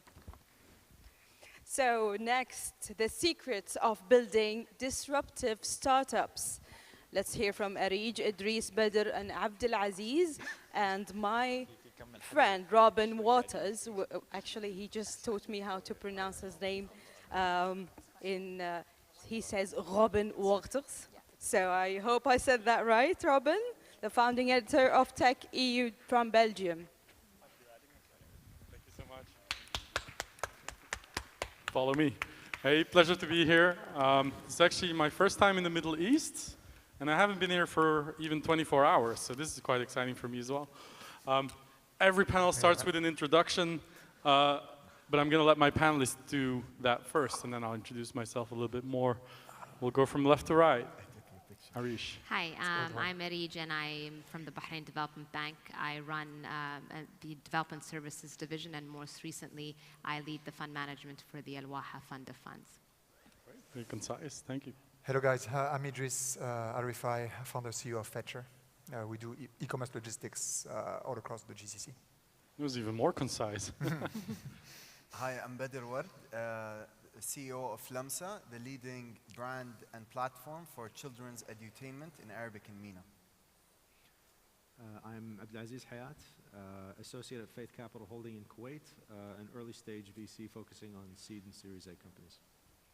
Great, and as mentioned, my name is Robin Wouters. I'm a technology journalist based and specialized in Europe. So this is uncharted territory for me as well.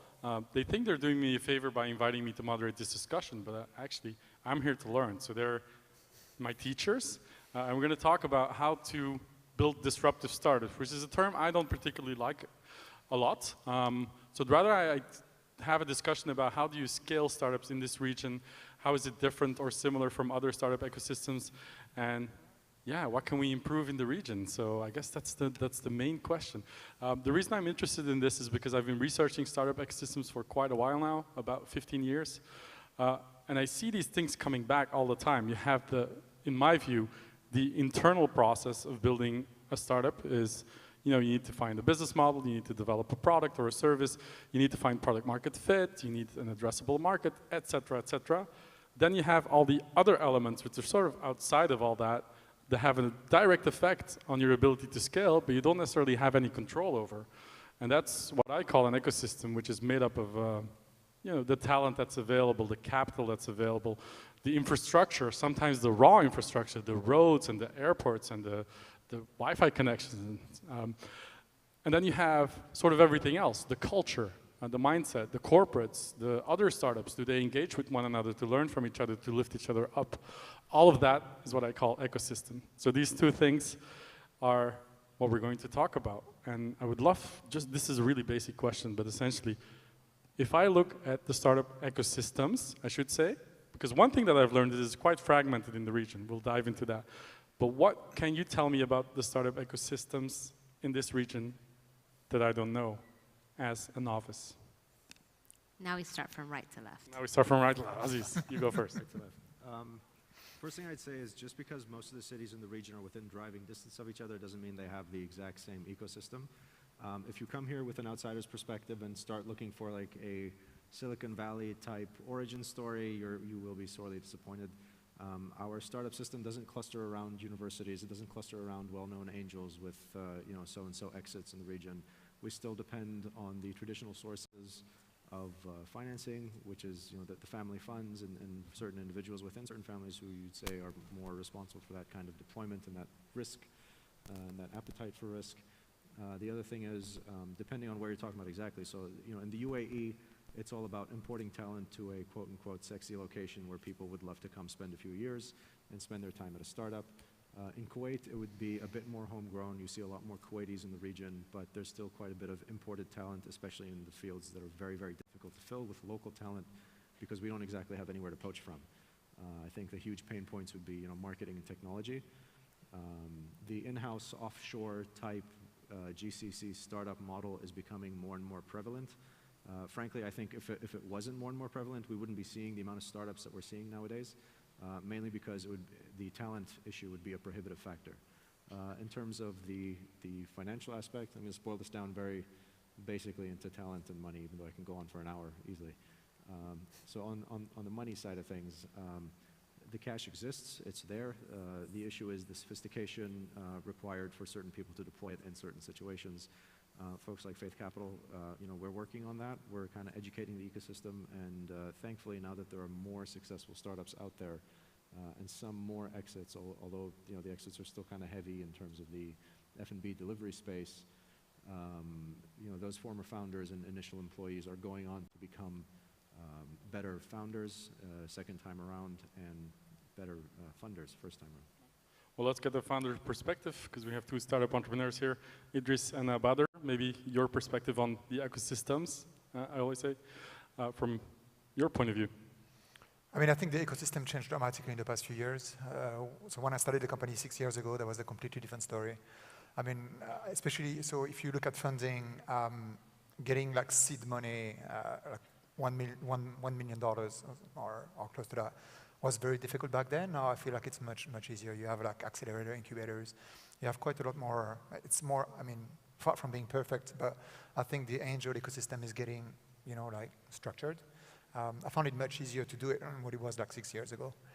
I mean, right now I think that the valley of death for startup is really like large Series A, all the way to like Series B, C. So if you want to raise anywhere between $10 million to $50 million, $70 million, it becomes very difficult. Why? Is because your business is still intrinsically risky, right? Because you're a startup and you're disrupting it.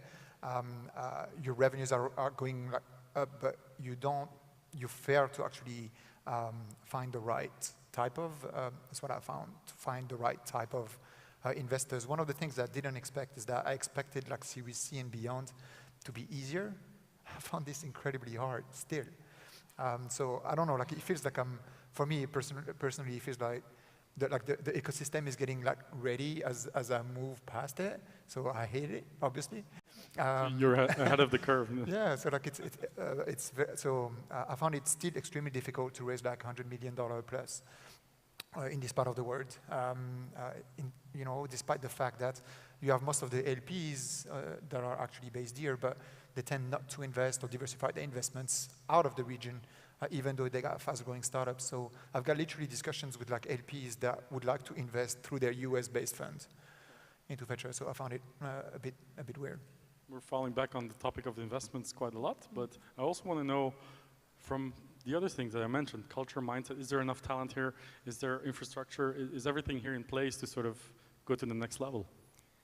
Yeah, I think I share that note with Idris that it's getting easier. So when we started in 2013. A lot of the things that exist today did not exist then. So we had to manually do a lot of the things or kind of lobby or talk to people about just, the idea of, just a small example, we create content for kids. So at that time, any investor that we would talk to and say, we want to build our own content, they're like, no, content doesn't work. And good thing that we didn't listen to them. Like even some of our existing shareholders, we laugh about it now. We kind of say, remember, in 2013, you told us not to build content and we didn't listen to you. And now we're saying, don't do anything except produce more content. And it's because it worked. So, when Netflix and others came and kind of proved that these models work, people kind of bought into the vision that we had. I think the other point was, whenever we talk about infrastructure stuff, so I mean, Fetcher is a really good example. Like I was talking to Idris this morning, a big portion of their business depends on cash on delivery. And you wouldn't expect a service like a subscription service like Lamsa to have cash on delivery for a subscription online service, but we have to do that, and we sometimes work together to deliver subscription via cash, which really doesn't make sense if I say to someone coming from Europe or somewhere else. It's like counterintuitive, but you just have to look at what the customers are doing. I think the third point that I want to mention is when it comes, and I think Idris mentioned this, when we started in 2013 and we got VC money, a lot of the VCs around us were saying, guys, just focus on growing the business. So we grew the business, we continue to grow the business. And then at some point you're like, okay, we're growing fast, super fast, and you look at raising bigger capital, and you see a lot of the attention in the region is focused around seed, Series A, but what happens to the bigger guys that kind of grew based on the seed funding or Series A or B, and then it just becomes, I think, a bit more difficult to continue to grow at the scale that you want to grow with capital from this region. But it's also interesting to see that the LP angle. So LPs here, and it's just a question, like I don't know if you guys, maybe Aris can shed some light on that. She works with a lot of people in the investment space. The LPs here want to invest outside. And then we see a lot of friends from international VCs coming here to raise from LPs here to invest outside. So it's just, and it's quite challenging. We just don't understand sometimes where the money is going or what's the perspective, and we just hear that there's lots of cash here, but where is it going to, which industries? It's quite tricky the way that we look at it. Well, that's addressing you. So. Yeah, no, I know. It's always addressing me right now. I think, unfortunately, or fortunately for both you and Idris, you guys have to pave the way for the rest of everybody. And I think, ultimately, I started with the bank 9 years ago. Before that, I was in more mainstream banking. So for me, entering this world and seeing it grow. So before even becoming an entrepreneur was like a complete taboo. Now you see a lot of parents are so proud. My son started his own business. So that sort of happened. And I think even when it comes to the whole investment perspective, when we first started our investor sort of support workshops about 2-3 years ago, we had people saying, okay, but then how can I guarantee the returns to? And we're like, no, this is not the same thing, And okay, how can I let them project the financials for the next year and how much do I expect to? No, this is not the same thing. But then you have the same group of people and different ones that have actually turned their family offices into venture capital firms that are now looking to do that. They're all fighting over term sheets. And yeah, you guys are unlucky because now you guys are growing. So now we need to educate the people who've been very much more attuned to private equity and the more traditional to actually move into Series C and D. And I think the platform that we've created out of Bahrain, which is the Fund of Funds, is to help build that kind of venture capital capability. And as much as we can, I think the conversations we have, being able to engage with venture capitalists, and it's not only us, I mean, even our peers in Saudi Arabia, even in the UAE, they're all doing that. Albeit we may be the first to have deployed into the region. Our peers are also doing that now. But again, it takes one person to do it, and then, the whole, I hate this word, but FOMO. So everybody wants to, the fear of missing out on the big successes. So, you guys have succeeded. Your big news is coming around in the region about a lot of your peers that has started just at the same time as you guys did. And so that moment when these returns are flooding in and that capital is coming in, people will start to say.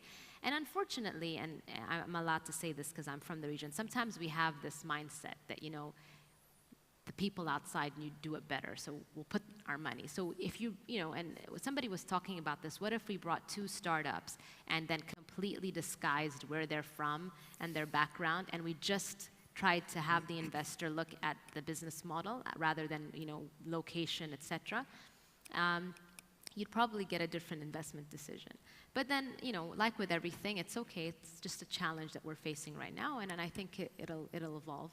But you guys have to be the guinea pigs. Yes. Paving the way is important, and not just to create role models and this FOMO feeling, but also because it creates sort of a talent pool. People within your company might end up creating the next startups, and if you end up exiting that money, if that goes back into the community, you sort of create a cycle, which is how ecosystems are born, right? So one of the things that struck me, knowing Europe quite well, we always complain about we don't have a unified market, and in certain places in Europe there is a really significant lack of capital available. Coming here to the region, well, at least they have that. They have the money, and they have a unified market, the Arabic language market. What I learned so far in the very little time that I spent here is that that's not the case at all. In fact, your ecosystems in the region are actually quite siloed in many ways, from what I've learned, and the capital doesn't always flow to startups either, the available capital. So that's a learning for me. But what I really want to talk about is one of the aspects that I mentioned in the beginning. What makes an ecosystem is the talent, meaning you need the right people for you to set out your vision and to sort of build the product and service that you have in mind. You also need entrepreneurs. You need people who want to start their own companies for the right reasons, with the right support. So this is a question to you. What is the availability of talent like here in Bahrain and maybe beyond in the Middle East? Maybe the entrepreneur should take that. Okay. Oh, Aziz, go ahead. Sure. Talent is quite possibly the most common complaint I get from founders in our portfolio and during the interviewing process. Again, talent differs. The issues with talent, I mean, that you're going to face differ greatly depending on what position you're trying to fill and what vertical this business is in. First of all, some business models are simply not possible because the talent you need specifically, say in tech or in product, does not exist in this region, period. The other issue is when you find it elsewhere, they don't come to the region, period, because like you said, they can't exactly hop from one startup to the next when they get bored in a 2-year time frame. There's the natural churn that occurs. The churn is to pack up and leave the country, which most people don't want to do and would rather keep, building roots in an ecosystem. So I guess to a degree you do have that chicken and egg problem with the talent problem. One thing that does work, however, is so long as maybe the region, not so much Bahrain, I think the Emirates has it easiest in terms of finding international talent. And international talent is not something that you can lump into one category because they all act in a certain way. To give you an example, I know startups in Saudi. I'm trying to be very careful not to give away that right detail that you can Google. But startups in Saudi have been able to get a great deal of talent from Jordan and from Egypt, particularly in the tech space, and particularly in business models that require a lot of their own software being written ground up, as opposed to getting a guy to manage your third-party integrations, which is sort of the more likely CTO in the region. If you're looking at talent that's not available unless you look at the universities that cluster this sort of talent and produce it and foster the events that tend to attract it, certain hotspots in Europe or the US, that talent will almost never move here unless it's a giant meal ticket. They know they can make X amount. They have their spreadsheet set up. So to a degree, answering this problem is kind of having to build just this model of understanding of the psychology of the person you're trying to attract and what they're trying to accomplish. And there's a significant misalignment there. What needs to happen, because I'll end it with this. One of the main issues with the talent problem is the discussion always starts as what seems like an economic or organizational planning issue, and then it quickly veers off into a political debate of what visas to issue and what amount and how do we get them, et cetera, and who gets what allotment. What needs to happen is the reinvestment in the region to make sure that the talent is being produced here, and stopping long-term mismatches in terms of what markets need and what markets can produce, and then just creating this feedback loop of dependency on outside talent. Whether or not the Dubai model can be replicated with sort of free trade zones and whatnot in the region to quickly adopt the talent that you need. Frankly, that's way outside my pay grade, being able to answer that. But I think in the immediate term, we should focus more on talent retention and less on talent creation, because that's more of a long-term problem to solve. Idris, same question. Your view on the availability of talent? Developing talent? So, I mean, I would echo, I think most of what you're saying. I think that some functions are just impossible to find talents. I mean, so I don't know if we're really poor at this, but we failed quite a few times in actually building and scaling up a tech team in multiple places.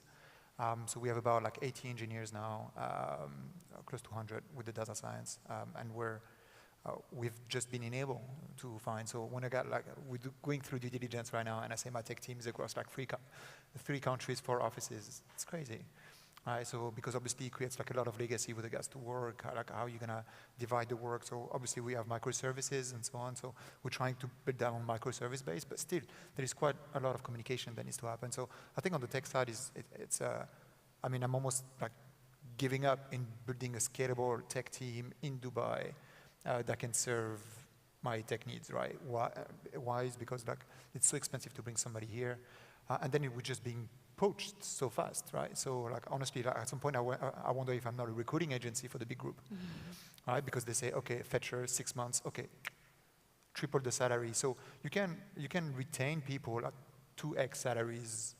250% becomes the breaking point, right? So literally you pay X and then they're being poached at 2.5X. That becomes really difficult to retain, irrespective of what you're doing. And all the groups can actually put that money on the table. So I think that's one of the problems, that we have not solved, and I just don't think it's solvable at scale, right? So I think having a couple of people in the team, within the tech team, and being able to retain them is a problem that can be solved like 5, 10, but having 100 plus is just impossible. Arish, I see you nodding, so you're in agreement, but do you have anything else to add to that discussion? I mean, look, I'm going to be the optimist about the we region. Need those. Yeah. Look, again, I think it's just, it's a matter of time. I think, especially here in Bahrain, we're quite an open economy, so being able to attract talent, there's various things that, people will look for. So obviously career progression, whether there's enough, are there startups they want to work in that are here? And at the same time, is it a nice place to live in? Ultimately, we're all human beings, so it's not just, the whole tech and the building the company, but it's ultimately how we actually feel living in the place and working.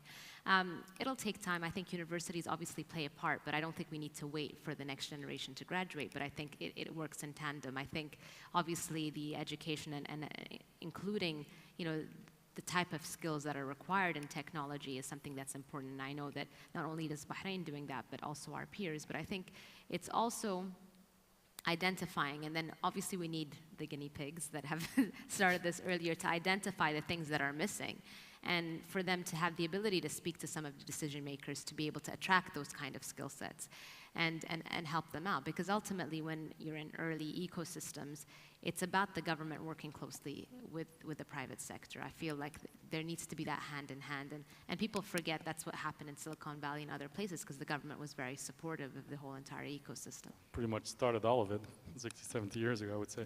Yeah. But it's an interesting point that I was just going to mention that, because we haven't touched on anything government or policy related yet. And when I was young and naive, I used to say, oh, the government should just get out of the way and let the entrepreneurs do their thing. And now that I'm a bit older and wiser, I know that that's impossible. And it's probably for good reason as well. But a government can only do so much. And like I've seen policies implemented all over Europe and some other parts of the world as well. I would, sort of the stereotype that I had before coming here was that the government was super supportive, because this event is a sort of a testament of this as well. At the same time, this is anecdotal, but I was talking to an entrepreneur earlier today who was building a digital bank and told me that the regulation actually sort of forces him to have a physical branch just to prove that they're a real bank and that they exist as a real, which is sort of counter to the notion of, we want to innovate, we want to progress. So I'd love to get your perspective. I'm a novice here. I don't know anything about the regulation and the policies in place, but I want to hear from you. Is the government supportive? What more can they do? And what should they stop doing? Badr, I'm going to start with you. So I'll answer that, but I'll just go back to the talent. I want to be optimistic a bit, as Arish was saying. We keep referring to ourselves as MENA startups. So I think we were quite lucky as Lamsa to look at the region as a flat region when it comes to talent. So one of the hacks that I think we were able to do is look at where the talent exists. So for example, some places are known for technology, the others for creativity, and we actually were able to set up pockets of talents in those places that worked out really well for us. So I would say we're a bit lucky when it comes to talent. Lamsa as a total organization, we're at about 80, 90 people, and we're both focused on content and technology. So we've been able to find those places where we tapped into a lot of great talent. Of course, we have to enhance the talents. We have to get people with more knowledge and depth and experience to raise the bar when it comes to standards. But it's been quite good for us in terms of talent. I think we're also lucky from the other side, which is the cause that we work for probably attracts a lot of people. So we're as you were saying, it's not just about the economics of joining a startup in MENA. It's also, we have people that worked for Disney for many years and felt like they want to give back to society, do something. They had kids of their own and they wanted to kind of feel that they're doing something that's more education related. So we've been very lucky in terms of talent for those two reasons. Going back to your question about government, I think we can't generalize. We've worked with multiple governments across the region, and I think, again, being positive, we've seen a lot of support from various governments. So I'll just, I live in Abu Dhabi now, and one of the reasons that actually made me live in Abu Dhabi is the support of the government. So we've seen tremendous support in terms of the government of Abu Dhabi. We've worked with the government of Dubai, the government of Saudi. And I think, especially in the last few years, if you have a great idea that solves a big problem in society, I think people are starting to listen. We see more younger ministers taking positions, more open-minded, very highly educated, irresponsible people taking key positions across governments in the region. And I think if you have a solution to a big problem, they're quite ready and open-minded to listen to it. I'll end with a last example. So last year we came out with this concept of launching a theater show for kids based on our IP and content. And every government that we talked to was very open-minded. The moment that they saw that this is a new innovative product, we kind of signed deals with ministries of culture in the UAE, Ministry of Entertainment in Saudi, and we've been rolling out these programs. We must have run about 18 shows so far. I think if we were in another place, we wouldn't have been able, or another geography, I don't think we would have been able to get that product out to the market and activate it in that speed without the support of such government entities. Very cool. Very interesting. I would be remiss if I also didn't ask you for your, you sit sort of in the middle, but your opinion on government and policy. Look, I mean, I think government works hand in hand, and ultimately, the role of government is to enable the private sector and to help it thrive. So I'm in agreement with you, because sometimes some people say, oh, the government needs to step back. Yeah, the government will step back when the private sector is, able to flourish and do it on their own. But when it comes to policy, and then to your comment on that digital bank, I'm not sure who that entrepreneur is or whatever the case is, but I mean, Bahrain has quite a progressive regulatory sandbox when it comes to fintech. We've also released, the cryptocurrency type of regulation, which I know some of the even more progressive economies haven't even and are still sort of worried about doing.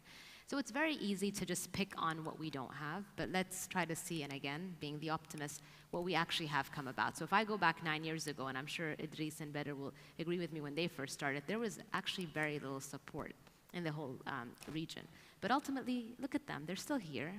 If an entrepreneur has the drive and the determination and the resilience, they will thrive in any economy. That's what they are, that's what they were made up, and that's what they're made to do. But if we're gonna just wait for the things to happen so that it makes it easier for me, then there's no point, that's not really like an entrepreneur, that's somebody just trying to build a business, and there's nothing wrong with that. But I think sometimes you need to have to fight and struggle to create that opportunity. We have 2 companies that graduated from the regulatory sandbox, and I'm sure they had their ups and downs, but what's great about Bahrain is that you have the ability, we're small, we're agile. Being able to access the decision maker is literally a phone call or an email away. And there's not like so many people that you have to get through. So sometimes you take advantage, and to the point of what Aziz and I think Bedr were saying, is that it's where you feel your startup will require support and what works for you, and you'll move there. So it's not about what's better and what's worse, but what's good for you as an entrepreneur. And I strongly believe the ones that continue to thrive and support will find their way and will bring the government with them as well.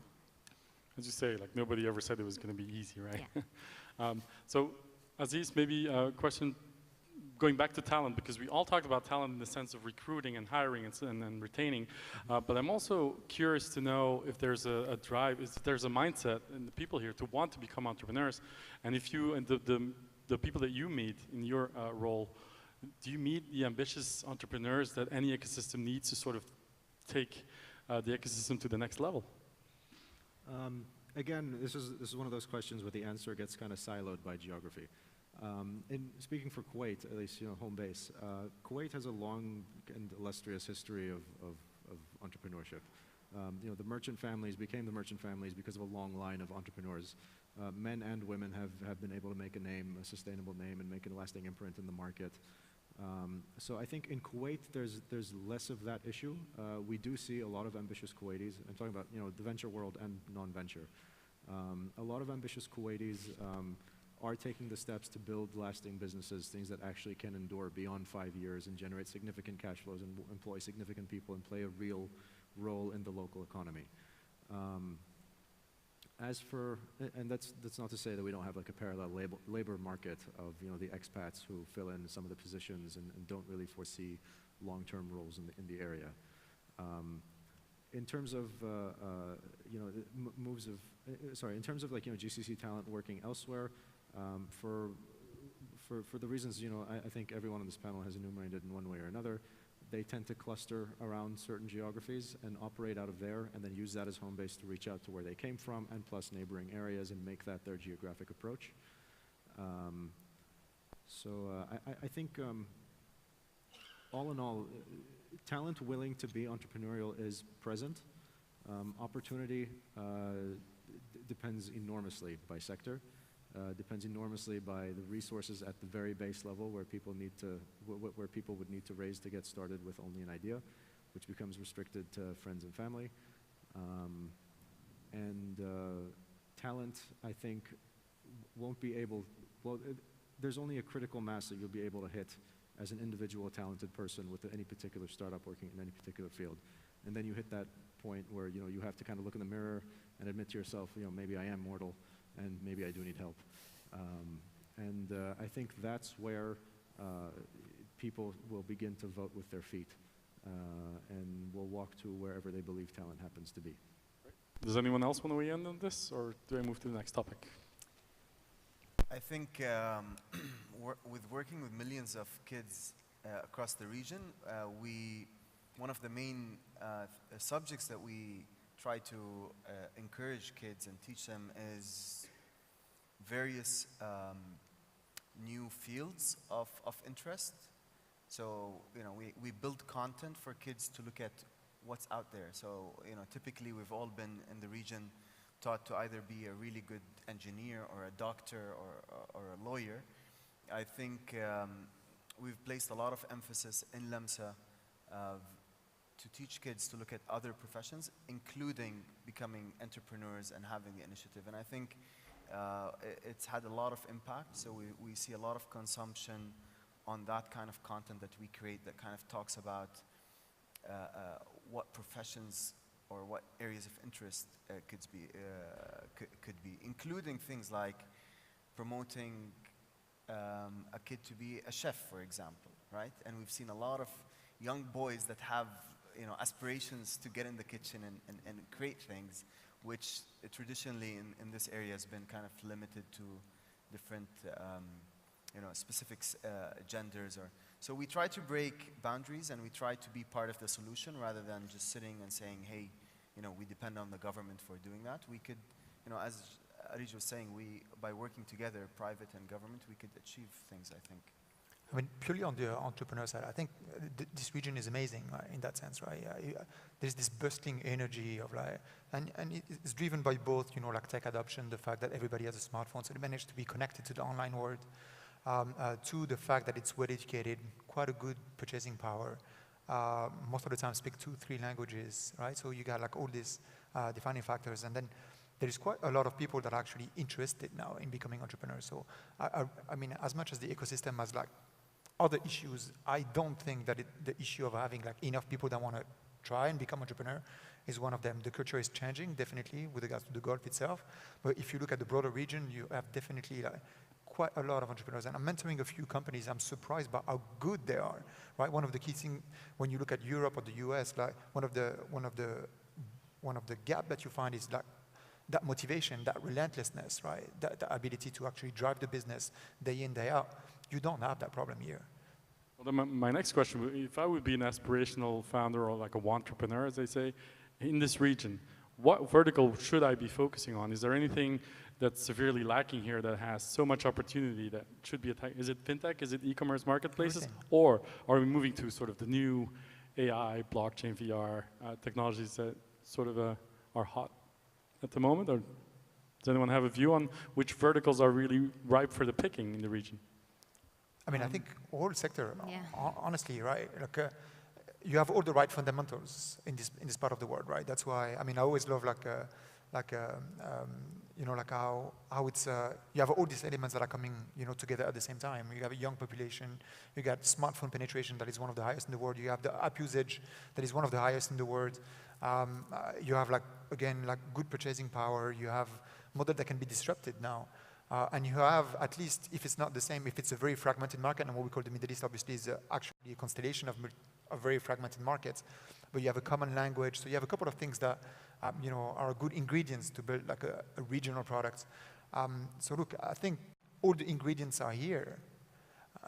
If you look at, even on the, I would say the first generations of e-commerce, of not even e-commerce, of like technology and e-commerce represents less than 1% of retail, while all the ingredients are here to be like 10 to 12%. So even like boring e-commerce companies can grow like very quickly because tons of the segments are not even catered to. So you don't need to be deep tech to actually build a successful business, right? So you can actually just build a very solid business if you have the right fundamentals. And I think also just being able to identify opportunity, because definitely if I knew the answer to that, I'd be off trying to build that that business. But I mean, I'm sure, I don't know, Bedr and Idris can say this better, but like, I don't know if Bedr just, you know, graduated out of university and then said, okay, these are the missing things, but I think it probably, like you said, it happened by mistake, right? That you identified the opportunity, and I think mostly that's what entrepreneurs do. They find out, oh, well, does anyone do this? And then that's the opportunity. So if you are struggling and facing a problem and, you know, and you are able to try to create a solution that ultimately fixes that, then that's the industry you should be in. Aziz, do you subscribe to this as well as from the VC side? You know, I got a lot of pitches that I know are just going to be, you know, fluff on the side of the desk within a half second of looking at the front page. And I think any VC who operates for longer than maybe a month will begin to develop that radar, that sniff test. For me, I think every entrepreneur, and I've honestly considered writing this on the inside of the elevator so that maybe they'd read it. Just every entrepreneur has to answer the question, why are you doing this? How big is the market? And why you of all people? I see a lot of entrepreneurs who really quickly throw together a deck, and you know, sure, it looks interesting at first glance. The graphics are okay, I suppose. You know, you'd want to look at them again, but there's no substance, and there's no reason for me to believe that this is going to be, you know, surviving, let alone thriving 5 years from now. We have, if you were to look at the hierarchy of the startups that we have in the region, and this is just me being brutally honest, at the top tier you have a lot of exits north of $100 million. Kuwait has produced a significant number of those, you know, Talabat and Carriage, and you know, we're looking at a few that are well beyond that in valuation nowadays. In most ecosystems you would have a tier 2 of people who have valuations between say, you know, 10 and 50, who you could reasonably foresee going north of 100, you know, within a few years' time. And then tier 3 is where you have a lot of that weird stuff that sloshes around that I don't know where it came from exactly, but won't go away. And for some reason, we don't have a perfectly built out pyramid. We have, you know, an inflating somewhat top, which is, you know, what we look at as the heralded sign of success. Phase 2 is kind of looking a little skinny. It's gotten better since, you know, I've really started here a few years ago. And it continues to improve. And then you have the phase 3s at the bottom, and some of them just still won't go away. It's funny that you mentioned that, by the way, because as a journalist, when I get pitched by startups, that's the question I usually ask. Why are you doing this? What's driving you to do this, and why you? Like, what makes you special, right? Just on the side note. We're quickly running out of time, but I'd like to conclude with something. We're going to go one by one. But I mean, if you had all the power, all the time, all the resources to change anything about the ecosystems here in the region, what would it be that you would fix, and why? That's a hard question. Left or right? I think I'd stop the whining. I think ultimately, we spend way too much time trying to identify the, you know, the things that are wrong instead of trying to convert that and actually doing something about it. You should come to Europe. No, we but do a lot of honestly, whining I over mean, there. it's kind of the story of how I fell into what I did. I used to sit down and say, "Oh, we don't have this in Bahrain. Oh, we don't do this in Bahrain." And then my father said to me, he said, "Erij, you know what? You've been able to have the blessing of education. You've traveled around the world. What are you doing to change?" And so, you know what? It wasn't easy. I came from the private sector, different type of environment, different type of culture, and I moved into the public sector. And it's not the same, it's different. And, my team is sitting here in the audience. We've gone through a lot, but instead of whining, that's what I changed. Just stop the whining. Less whining. I like your dad as well. This is very, very good advice. I mean, honestly, I think that would be the message, right? I think obviously we have issues in the ecosystem. Obviously, it's a very fragmented market, difficult to retain talents and all of this. But at the end of the day, it's also, what makes an entrepreneur great, I think, is that he sees difficulties as opportunities, right? Honestly, when we face so many issues, that once you solve them one by one, it's as many barriers to entry that you create. Right, so stop thinking about all the things could be different, and so that's one. And then two, I think it's not easy anywhere. I mean, if you look at I don't know if you read Shoe Dog and the last, just read. I mean, if literally the last book I read. If the audience has not read it, and if you don't have time to read the full book, just read the last paragraph, the last chapter, sorry, and you're just was it all worth it, right? And his answer is basically no. All right, so it's let's not think that it is also we have our own difficulties, but we don't have the difficulty of hyper competition that you have in the US, for example. That is a huge problem. Nobody talks here about hyper competition, but so some other markets have different kind of issues. So I think it's all about having the mindset that you can. I love the fact that even if it's tough, the entrepreneur will make it happen. Okay, I remember from just one small example. The whole Dubai free zone, the number of employees you can have on your visa depends on how big is your office. Okay, makes sense. Okay, the problem, I'm a logistics company. Yeah. So I've got drivers, I need visas, I'm not gonna increase the size of my office, makes no sense. The ability to actually have access to the CEO of the free zone, and it changed the rule for us. In what country can you do that, right? So you have tons of difficulties, but honestly, you can be strong businesses. Yeah. Badr, if you could change anything, what would you change? I wouldn't look at it that way. I'd say we just have to start believing in each other more. Just picking up on what they said, I'm super optimistic about the region, about us as entrepreneurs, about the ecosystem. I think if we just believe in each other more, because at the end of the day, businesses are built around humans, investors are humans, entrepreneurs are humans, the customers are humans. If we just nurture that power of belief in each other, I think it'll just work out really beautifully. When we started and we were talking about building the biggest brand for kids in the region, very few people believed, right? And the ones that did today are very happy investors, right? And ecosystem players. So I think if we just believe in each other more, and I think that's coming with time, we're seeing a lot of improvement. I think the whole idea of they're different than us, people in the West can do it better. I think we need to change that mentality. When we started Lamsa, we were actually one of the first, if not the first, subscription service for kids that's doing edutainment globally, because we launched before the app stores had subscription. So we did it manually through telcos. And so we do have the ability in the region to invent business models, to invent products and services that compete globally and regionally. So I would just focus on the power of believing in each other and growing that ecosystem together. I like that. And just as a small example, recently we got contacted by very quickly. The German government. They sent members of the parliament that's responsible for digitization to the United Arab Emirates to learn how can the governments move faster. So we should all be proud that the West is actually looking at this region as examples of how you can move faster in certain fields. Aziz, I also want to give you the opportunity. Sure. Very briefly, just to counter Erij, I love whining. I mean, frankly, it's a I very know. cathartic and honest That experience. message was to you. No, I'm just kidding.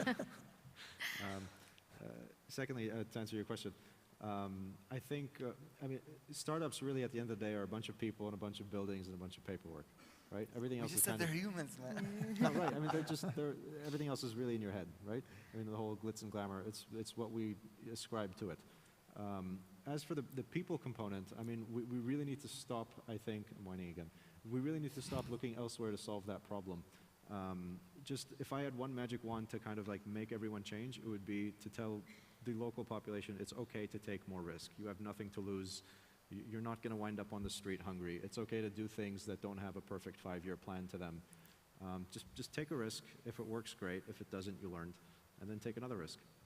Perfect. And we just ran out of timer, but I'm going to leave you one thought of my own, which is something that I've observed over the years as well. People underestimate the power of community.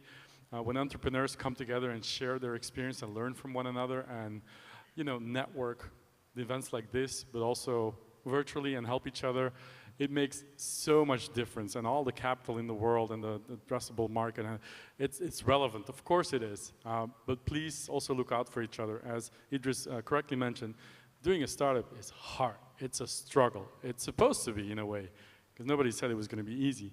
So please, please look out for each other and help each other. And that's my note to you. Thank you so much for the discussion. Thank you. Thank you. Thank you.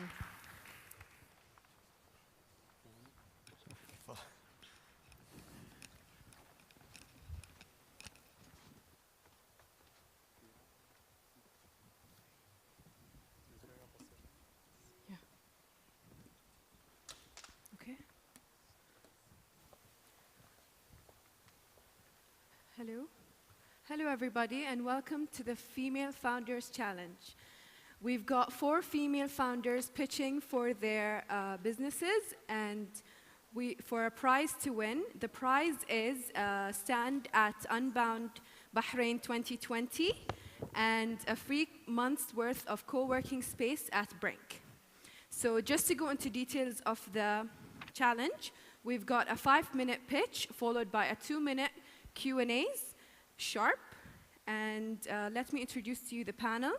We've got Maya Rahil from MIT Enterprise. We've got Darren Murphy from Unbound.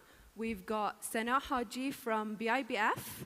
And we've got Nihal El-Nagar from Royal University for Women. And we've got Amina Al-Hawaj from Bobco. So to start off with the pitching, we've got Sophie Smith from Nepta Health. Good luck.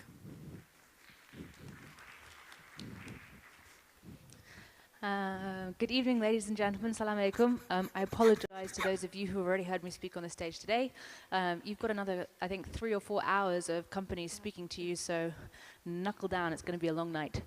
Nabta Health is a hybrid healthcare platform for women. Our mission is to empower the 500 million women in the MEASA, Middle East, Africa, South Asia region to effectively manage their health. Our ultimate aim is to integrate traditional care with virtual care components and make healthcare affordable and accessible for all women. There are 5 big questions that we're trying to solve, 5 key problem areas we're looking at. For now, we're focused predominantly on fertility for a couple of reasons. Fertility rates have been declining globally over the past 25 years, but nowhere more so than in the Middle East. This is due to the rise of chronic illnesses such as diabetes and obesity, which are responsible for between 60 and 70% of all female-related infertility issues. The problem as we see it is that at the moment there is no easy way for women to connect their wellness to their health, to their medical data. What this means is that there is no way for women to see how their sleep patterns may affect their stress levels, could be affecting their hormone levels, their cycle length, their tendency to develop something like insulin resistance, etc. So we want to allow women to make those connections by creating our model of hybrid healthcare. So what does a hybrid care pathway or a hybrid healthcare model look like? Well, we have got 5 virtual care components: mobile apps, smart medical devices, smart tests, virtual consultations, and machine learning, which we have combined into a single platform. The starting point for most of our users is the Nabta app. It's a 4-mode application that allows women to get fit and healthy, track their cycle with a particular focus on trying to conceive, monitor a pregnancy or prepare for menopause, 4 sequential functions, i.e. you'll never simultaneously be monitoring a pregnancy, and also trying to conceive. These 4 modes are underpinned by 2 bits of machine learning. The first powers a personal health assistant, Aya, whose job is to direct women to insights, information, products and services that are applicable for them. The second is our health score, which is based on about 250 weighted variables that interact in a particular context to give women a health score that's applicable for their goals and what they're trying to achieve in a particular moment. So if I just want to lose weight, I will see a generic health score. If I'm trying to have a baby, then fertility parameters will be kind of applied over the top that will give me a health score in the context of my fertility. In terms of the hybrid components of the platform, we've got a number of different products and services that are implemented or in the pipeline. The first is our real-time fertility monitor. So again, I said we're focused on fertility. This detects ovulation with 99% accuracy. It detects anovulatory cycles and luteal phase progesterone deficiencies. It is a CE-certified, FDA-approved medical device, clinically proven in over 35,000 cycles of use.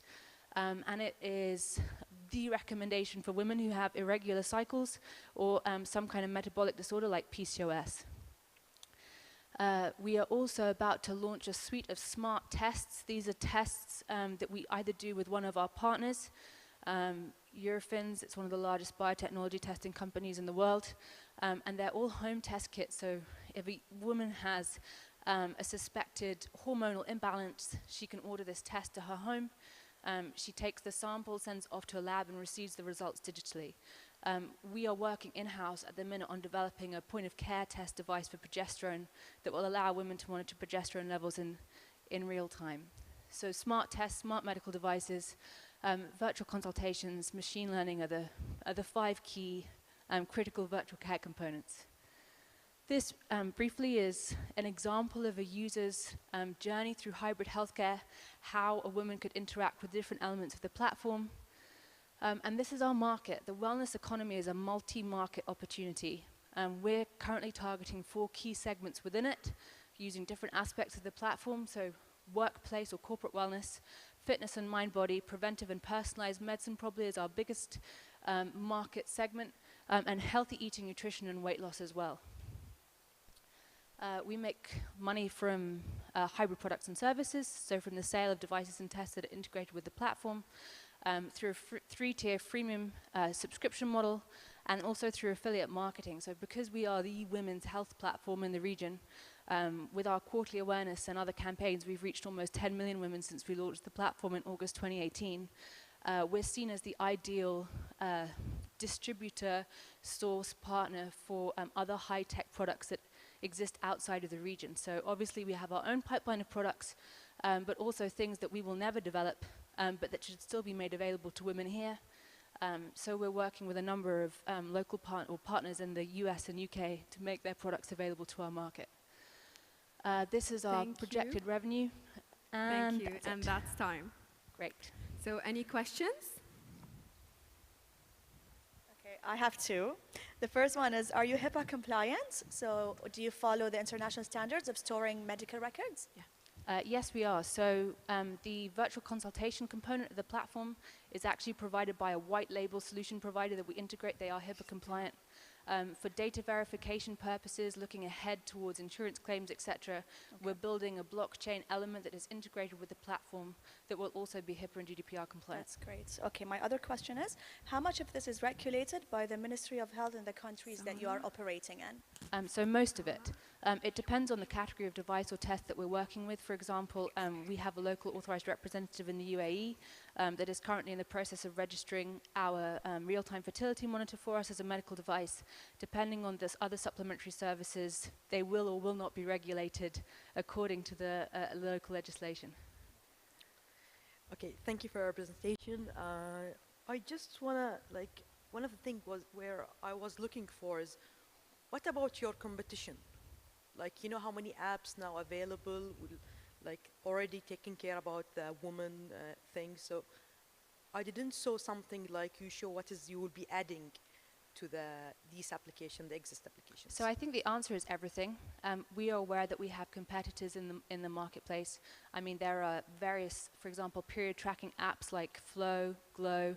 There are pregnancy apps, but what they offer is data insights at a particular moment in time. They're not necessarily actionable insights, and even if they are, usually the user has to exploit a third party, so they would have to go and see their own doctor and have a set of tests done, and then those test results wouldn't be contextualized within the app itself, whereas with our platform, our machine learning-based assistant can recommend a test that is right for you. You can order it there and then, have it delivered to your home. The results appear in the app, and then you can share those with your doctor again via the platform. So it's about addressing an entire care pathway with technology, not just about building an app that provides an insight at a moment in time. Thank you. That's time. Great. Thank you.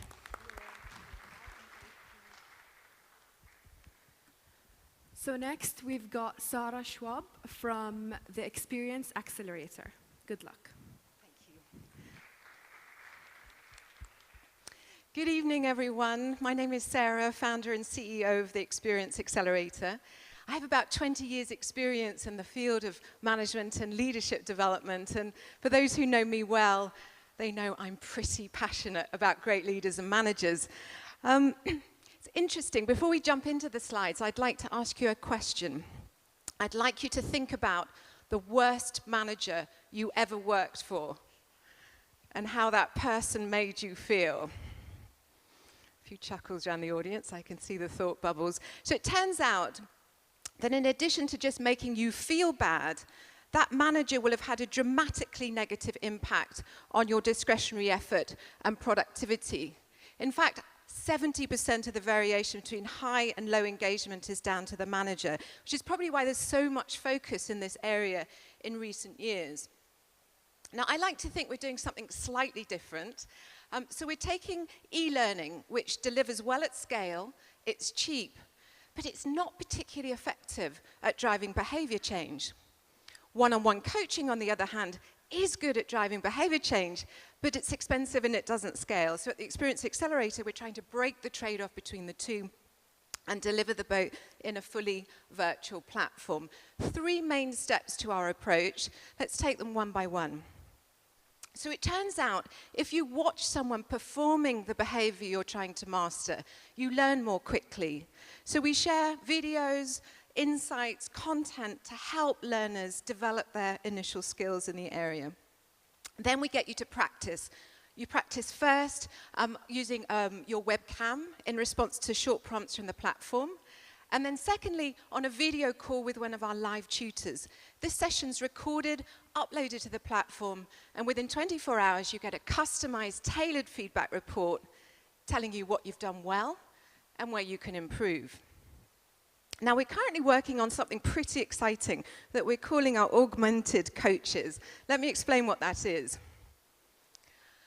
So step 1 is to create a video with a tutor that acts a little bit like a mirror to your behavior. I can't tell you how many people say, oh, I didn't realize I do that when they see each other on video. Second is to analyze, using machine learning, the conversation. So things like turn taking. Did you ask any questions? Were you empathetic? And so on. So this is an instantaneous analysis complemented by our human coaches. So how do we make money? So we have examples of scenarios on the left-hand side here. The 3-phase learning journey, which I've just described, that costs just $200 US, so per scenario, per learner. And we target 3 major customers: heads of learning and development, heads of HR from large corporations, program directors at training providers. So for example, we're working with the University of Arizona as part of one of their broader programs. And then thirdly, universities and governments. So our traction we're super excited. There was a number of things I could have put on this slide. I wanted to focus on the repeat purchases from some of our pilots. And so you see some pretty interesting names there. We're headquartered in Bahrain. We also have a subsidiary in Switzerland, which explains why we've got a combination of Gulf and European companies there. And we've got some ongoing pilots, both in the region and beyond. And we're also included in some of the world's best executive education providers' proposals, such as the innovative nature of our solution. So to the future, you see here, year by year, how we anticipate growing, healthy clip. I'm delighted to say that against our current 2019 sales goal, we're already 68K fully booked. So I anticipate, unless things go very awry, that we'll do quite well this year already and exceed that number. And you'll see that the markets that we intend to expand into, from a language perspective, we're English language. Our 3 additional languages will be Arabic, Spanish, and French, which covers most of EMEA, as you can imagine. So we're currently looking to raise $250,000 in equity seed money that we will, if successful, distribute in the categories that you see there. We are a graduate of Flat 6 Labs' first cohort here in Bahrain. I'm delighted to be present here for their second demo day, which is upcoming.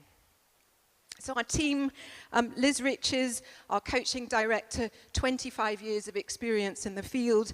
Nihar and Salim, our tech team based out of Bangalore, India, as well as 20 plus coaches and tutors. Thank you. Thank you. Thank you. So any questions? Yes, please. Thank you for the insights. Thank you for your presentation. How can you differentiate yourself from competition? So it's interesting. We're lucky enough at the moment not to have a like-for-like competitor. How I see it in the market, there are 2 groups of people that we compete against. Some that create very expensive, customized simulations using digital formats. So that would be the likes of BTS, Advantex, who develop simulations, very practical learning for them. For their companies.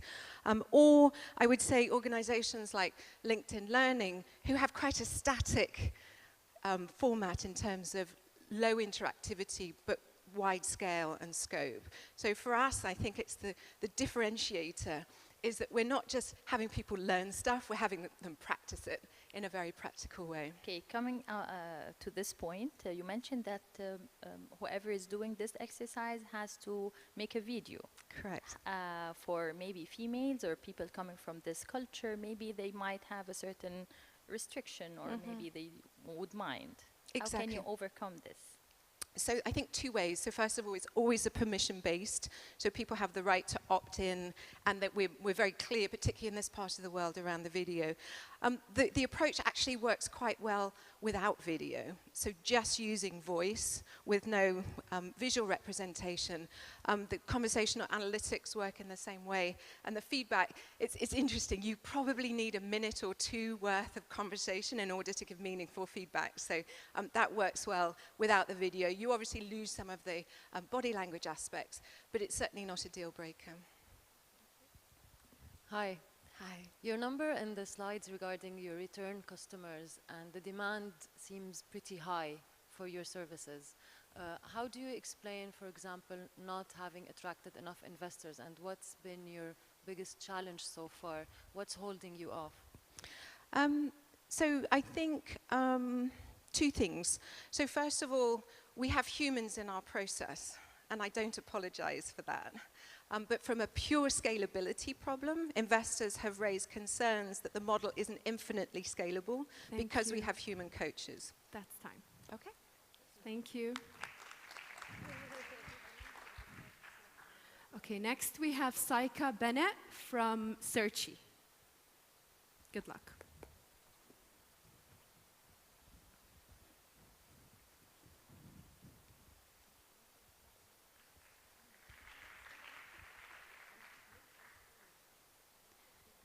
Hi everybody. My name is Saika Bennett and I'm the co-founder of Searchy. Are you ready for the jobs of the future? According to the World Economic Forum report, The Future of Jobs 2018, we have some major challenges to look to. One is there's new skills. So how we've hired before is no longer good for the future. There are going to be so many new things that are more important, which are personality-based and competency-based, not the traditional skills. There are over 133 million jobs between now and 2022. That's huge. That actually means we need 101 days of learning between now and then to be up to speed. One of the main goals of Searchy really is to help businesses optimize their existing culture and values and needs and the staff, and to develop them and see who they should keep and develop and mobilize, and look at the way that they can recruit and attract talent. Searchy will allow you, through artificial intelligence, to very quickly match on culture, values and needs, and skills. We have an in-house psychologist who's doing a PhD from Cambridge University, who's studying AI and human behavior and psychology, who makes sure that the data is interpreted in a user-friendly way so you as an employer can see all the data and the recorded interviews and see who you want to meet face-to-face. It's all in-house tech, so we have an in-house team, nothing's outsourced. And we're making sure that deep machine learning bit is continually being evaluated.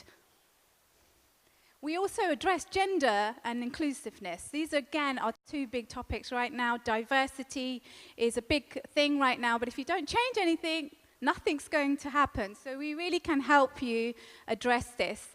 And how to include a more inclusive way. So as the world is moving forward, we can actually include people being freelance recruiters all over the world. So the fourth industrial revolution is allowing us to work and live in new ways. We have over 60 clients right now. These are some of them. We're super excited to be in Bahrain, so thank you for welcoming us here. We're a global business. And yes, we do have competition in parts of what we do. We have traditional assessments, we have great video platforms out there. We are trying to combine everything in one to do with HR, and recruitment is just one place where we would like to start with, because we want to help you source, screen, assess, and then decide who you want to meet in person. So our competition is more reactive, where we're actually seeking passive talent. We also offer a SaaS model. So again, this can be plug and play, and you can start using it from tomorrow in your companies. So let's prepare for the future together. It's a collaborative effort. I know there's a lot of companies out there are really looking to transform the way they hire. Searchy can partner with you and give you the solutions through AI, and humans and people are absolutely at the core of our solution. And here's our team. We like to have fun, and we'd love to build businesses who have happy people, because ultimately, if you have a happy person and you have a good culture, guess what? Your business is going to be the best in the world. Thank you.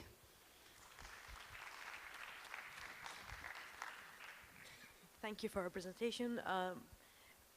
From my experience, as I worked to enhance one internal personality assessment for one of the companies in Bahrain, and we compare it directly with Thomas test. I'm sure you should know about the Thomas personality assessment.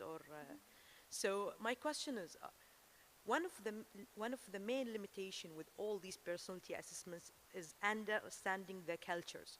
We have multicultural, and if you will consider it as you will consider your profile, the outcome profile from the 14th personality or whatever, still we will have a gap, because, for example, in the Arabic region and for the Muslim region, sometimes they suggest some of the jobs which is not really match the cultural and the religious things. So how you will keep sure that you are controlling the multicultural thing? Yeah. No, good question. And the parameters are not set by us. We are not here to tell you who is the best candidate in our view. We actually ask the employers, right? And we look at behaviors. How should they behave in the environment? How should their emotions be? And we work with you on this. So we're not framing it, and it's benchmarked on the ocean. You know, the ocean framework, right? Which is, we all have these big 5 personality traits. What makes us unique is we have different variations.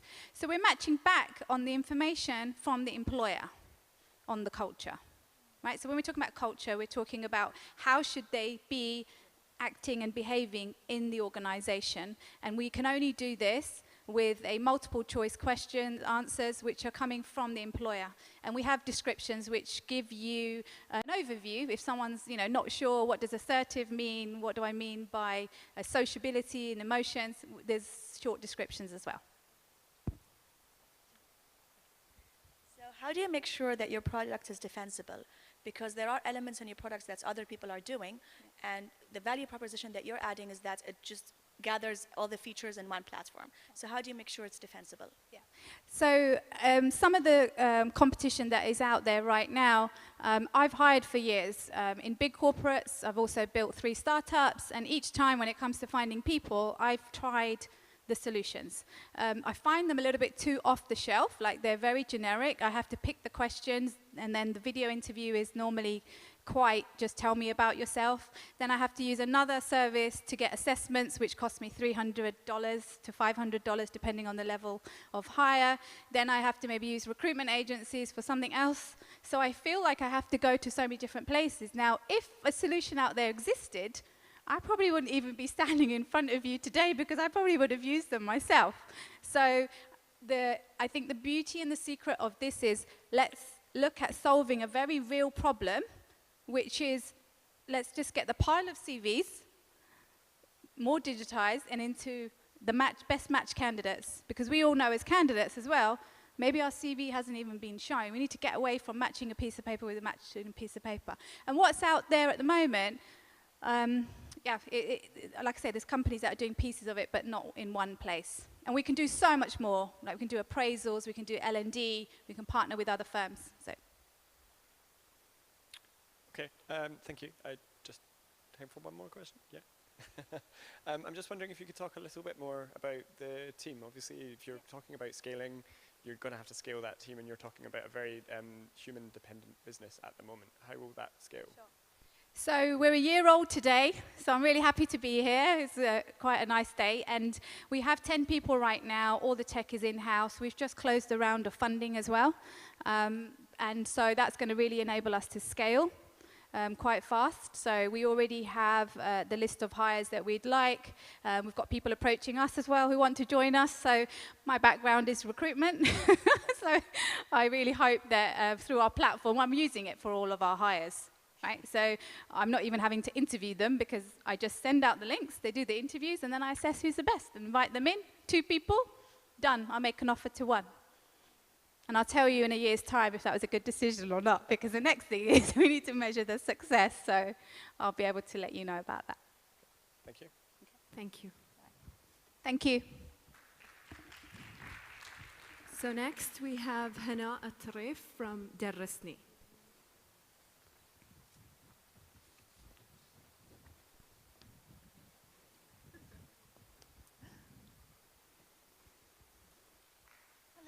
Hello, everybody. Does this work? Hello. Hi, this is my first pitch for Darasni, actually. And so I'm here to tell you about the company and how we're doing and how we're actually affecting Bahrain. So number 1, we have the first problem. And the first problem is the parents who find it very difficult to find a teacher or a tutor for their kids. And we're talking about home tuitions here, not online learning. And so they're also finding it very difficult to find teachers for themselves. So whether they're looking for a personal trainer, a martial arts instructor, a musician, a piano lesson, and so on, it's very difficult in Bahrain at the moment to find these sorts of teachers. The other problem that we're having right now is that there are also teachers and coaches in Bahrain that are not utilizing their capabilities. So there are certified teachers and coaches out there that are sitting at home and don't find jobs. So of course, we want to find a solution for these 2 problems. And the solution here is Darasni, which is the marketplace for teachers and coaches to advertise their services in Bahrain and basically be able to use their services more often. Now, there's a couple of key figures at the moment, and number 1 is the size of the private tuition market, which is 227 billion, and hopefully Darasni will be able to get a piece of that pie. There's also an increase in education expenditure worldwide, and there's a shortage of teaching staff in schools and colleges. Now, how it works, the system that we've built actually has a free registration for users and coaches. We have a simple search feature. So basically, if you're looking for a particular teacher or coach in Bahrain, you'll be able to simplify that very quickly with our simple search features. We have access to calendars. So not only will you be able to find out, you know, a teacher or a coach that's right for you, but you'll also be able to find out when they are available in Bahrain. There's also secure, we can't go back, there's also secure payments, and basically so you can find, book, and pay for your session in advance. Taban, here is an extract of our website. So you can see our website and the search features here. You can use the select subject as a mandatory field, and if you want to filter it even further and request, say, a female or a male teacher, you can do that. We have, at the moment, we've only been operational by the end of October. So the last day of October was the first day we actually made the website live. And we actually got two bookings on that day. So actually, where are we going? Here we go. So we got 2 bookings on that day. We also have 70 clients so far, and they're regularly booking sessions with tutors for their kids or for themselves. Here's an extract. We also have a screenshot of our Google Play and our iOS. This is sort of what they look like. You have a list of all the teachers that are available on the platform, and then you can use our search criteria to filter that even further, and then you can also book now straight away. Now the perks of Darasni. Number 1, it's the simple search feature you can see here, again, which has the select subject field, and then the rest are non-mandatory, but you can use that to filter further. And then you also have their calendars of their availability to see exactly when you can book them. And then you have an integrated and secure payment. Here's a graph of our early traction. As you can see, the slope is going up, and that's always a good sign. And also, if you've noticed, the last month is actually March, and that's this month, and we haven't even started yet. So we actually have half of the bookings that we had for February in March as of today. Now, you'd want to ask yourself what happened in the last few months to actually get that graph to go up. Now, you can see in November, December, we relaunched the website. In February, we had Google Play. We launched it on Google Play. And then, obviously, on this month, which is March, right at the end, you can see we are launching our iOS, and we're launching the entire platform in Arabic.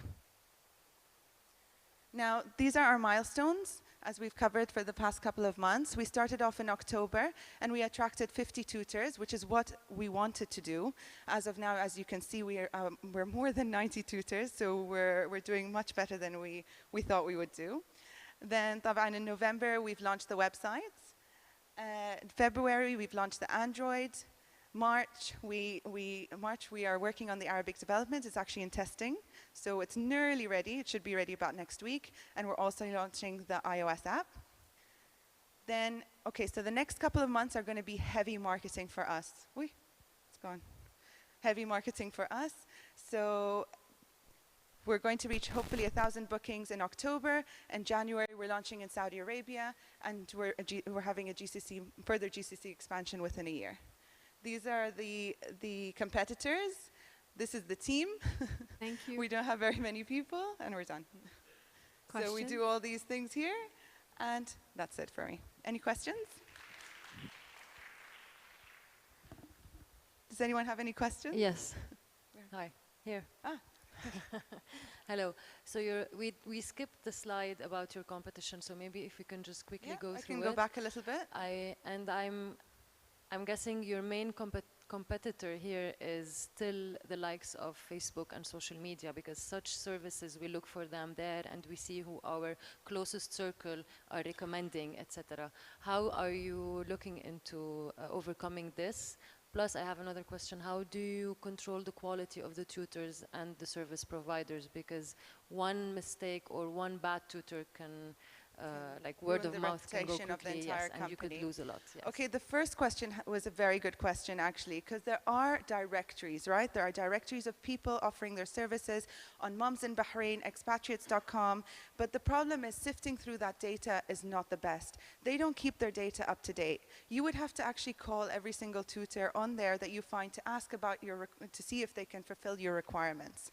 correct? So the reason why I started this website actually is because I'm a mother myself. And I was looking for a French tutor for my daughter, and it took me 4 to 5 days to sift through all those data in Facebook and Instagram, on Moms in Bahrain and expatriates.com.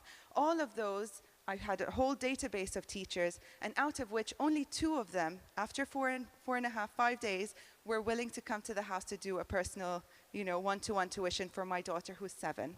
So that was one of the reasons why I started, and I realized that out there the information is all outdated. We need to get something that's more up to date, and that we can access schedules and make bookings directly. Now, the second question was actually also a very good question, and it was about validating the data on each tutor. So if I could go back just a little bit, I'm not sure if I will be able to in the time that I have, but we have something called the certified stamp.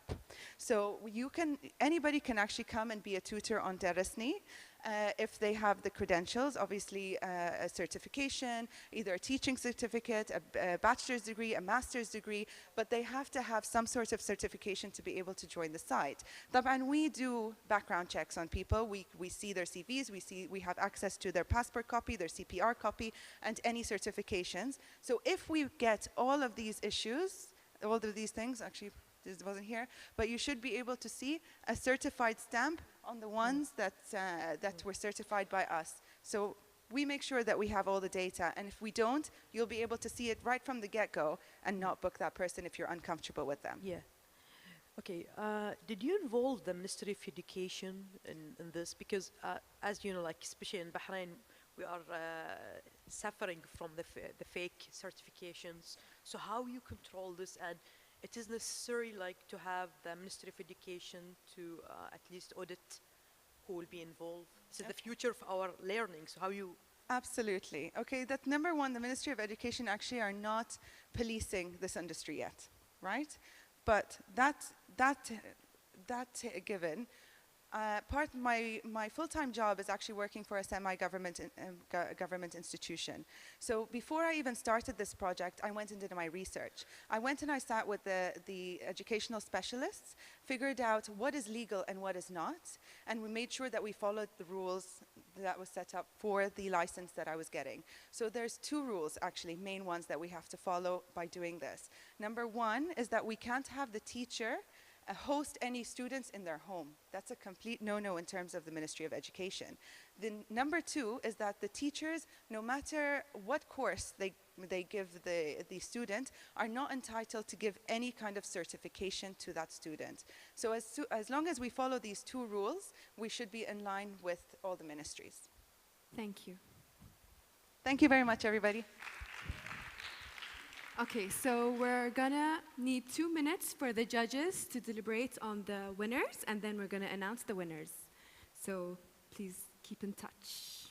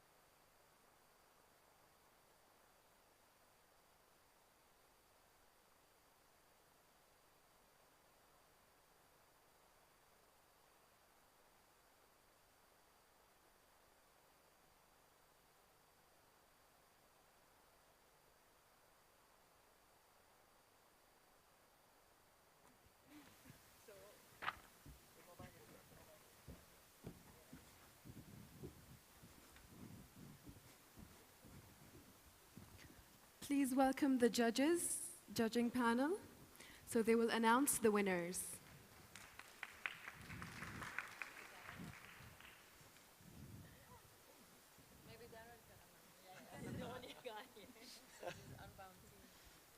Okay, so there was much to deliberate after the 4 fantastic presentations that we've just had. We're very interested in fighting out about who comes second and third, but what you guys are interested in, of course, is who comes first. So we'd like to invite Experience Accelerator back onto the stage as the winner of the Female Founders Challenge. Thank you. Congratulations. Thank you so much. Thank you. Thank you.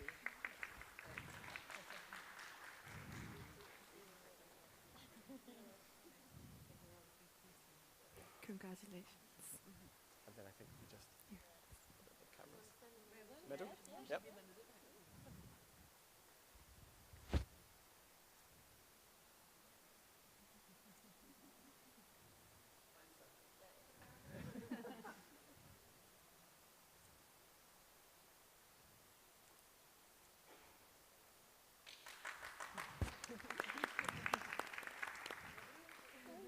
Thank you. Thank you, everyone.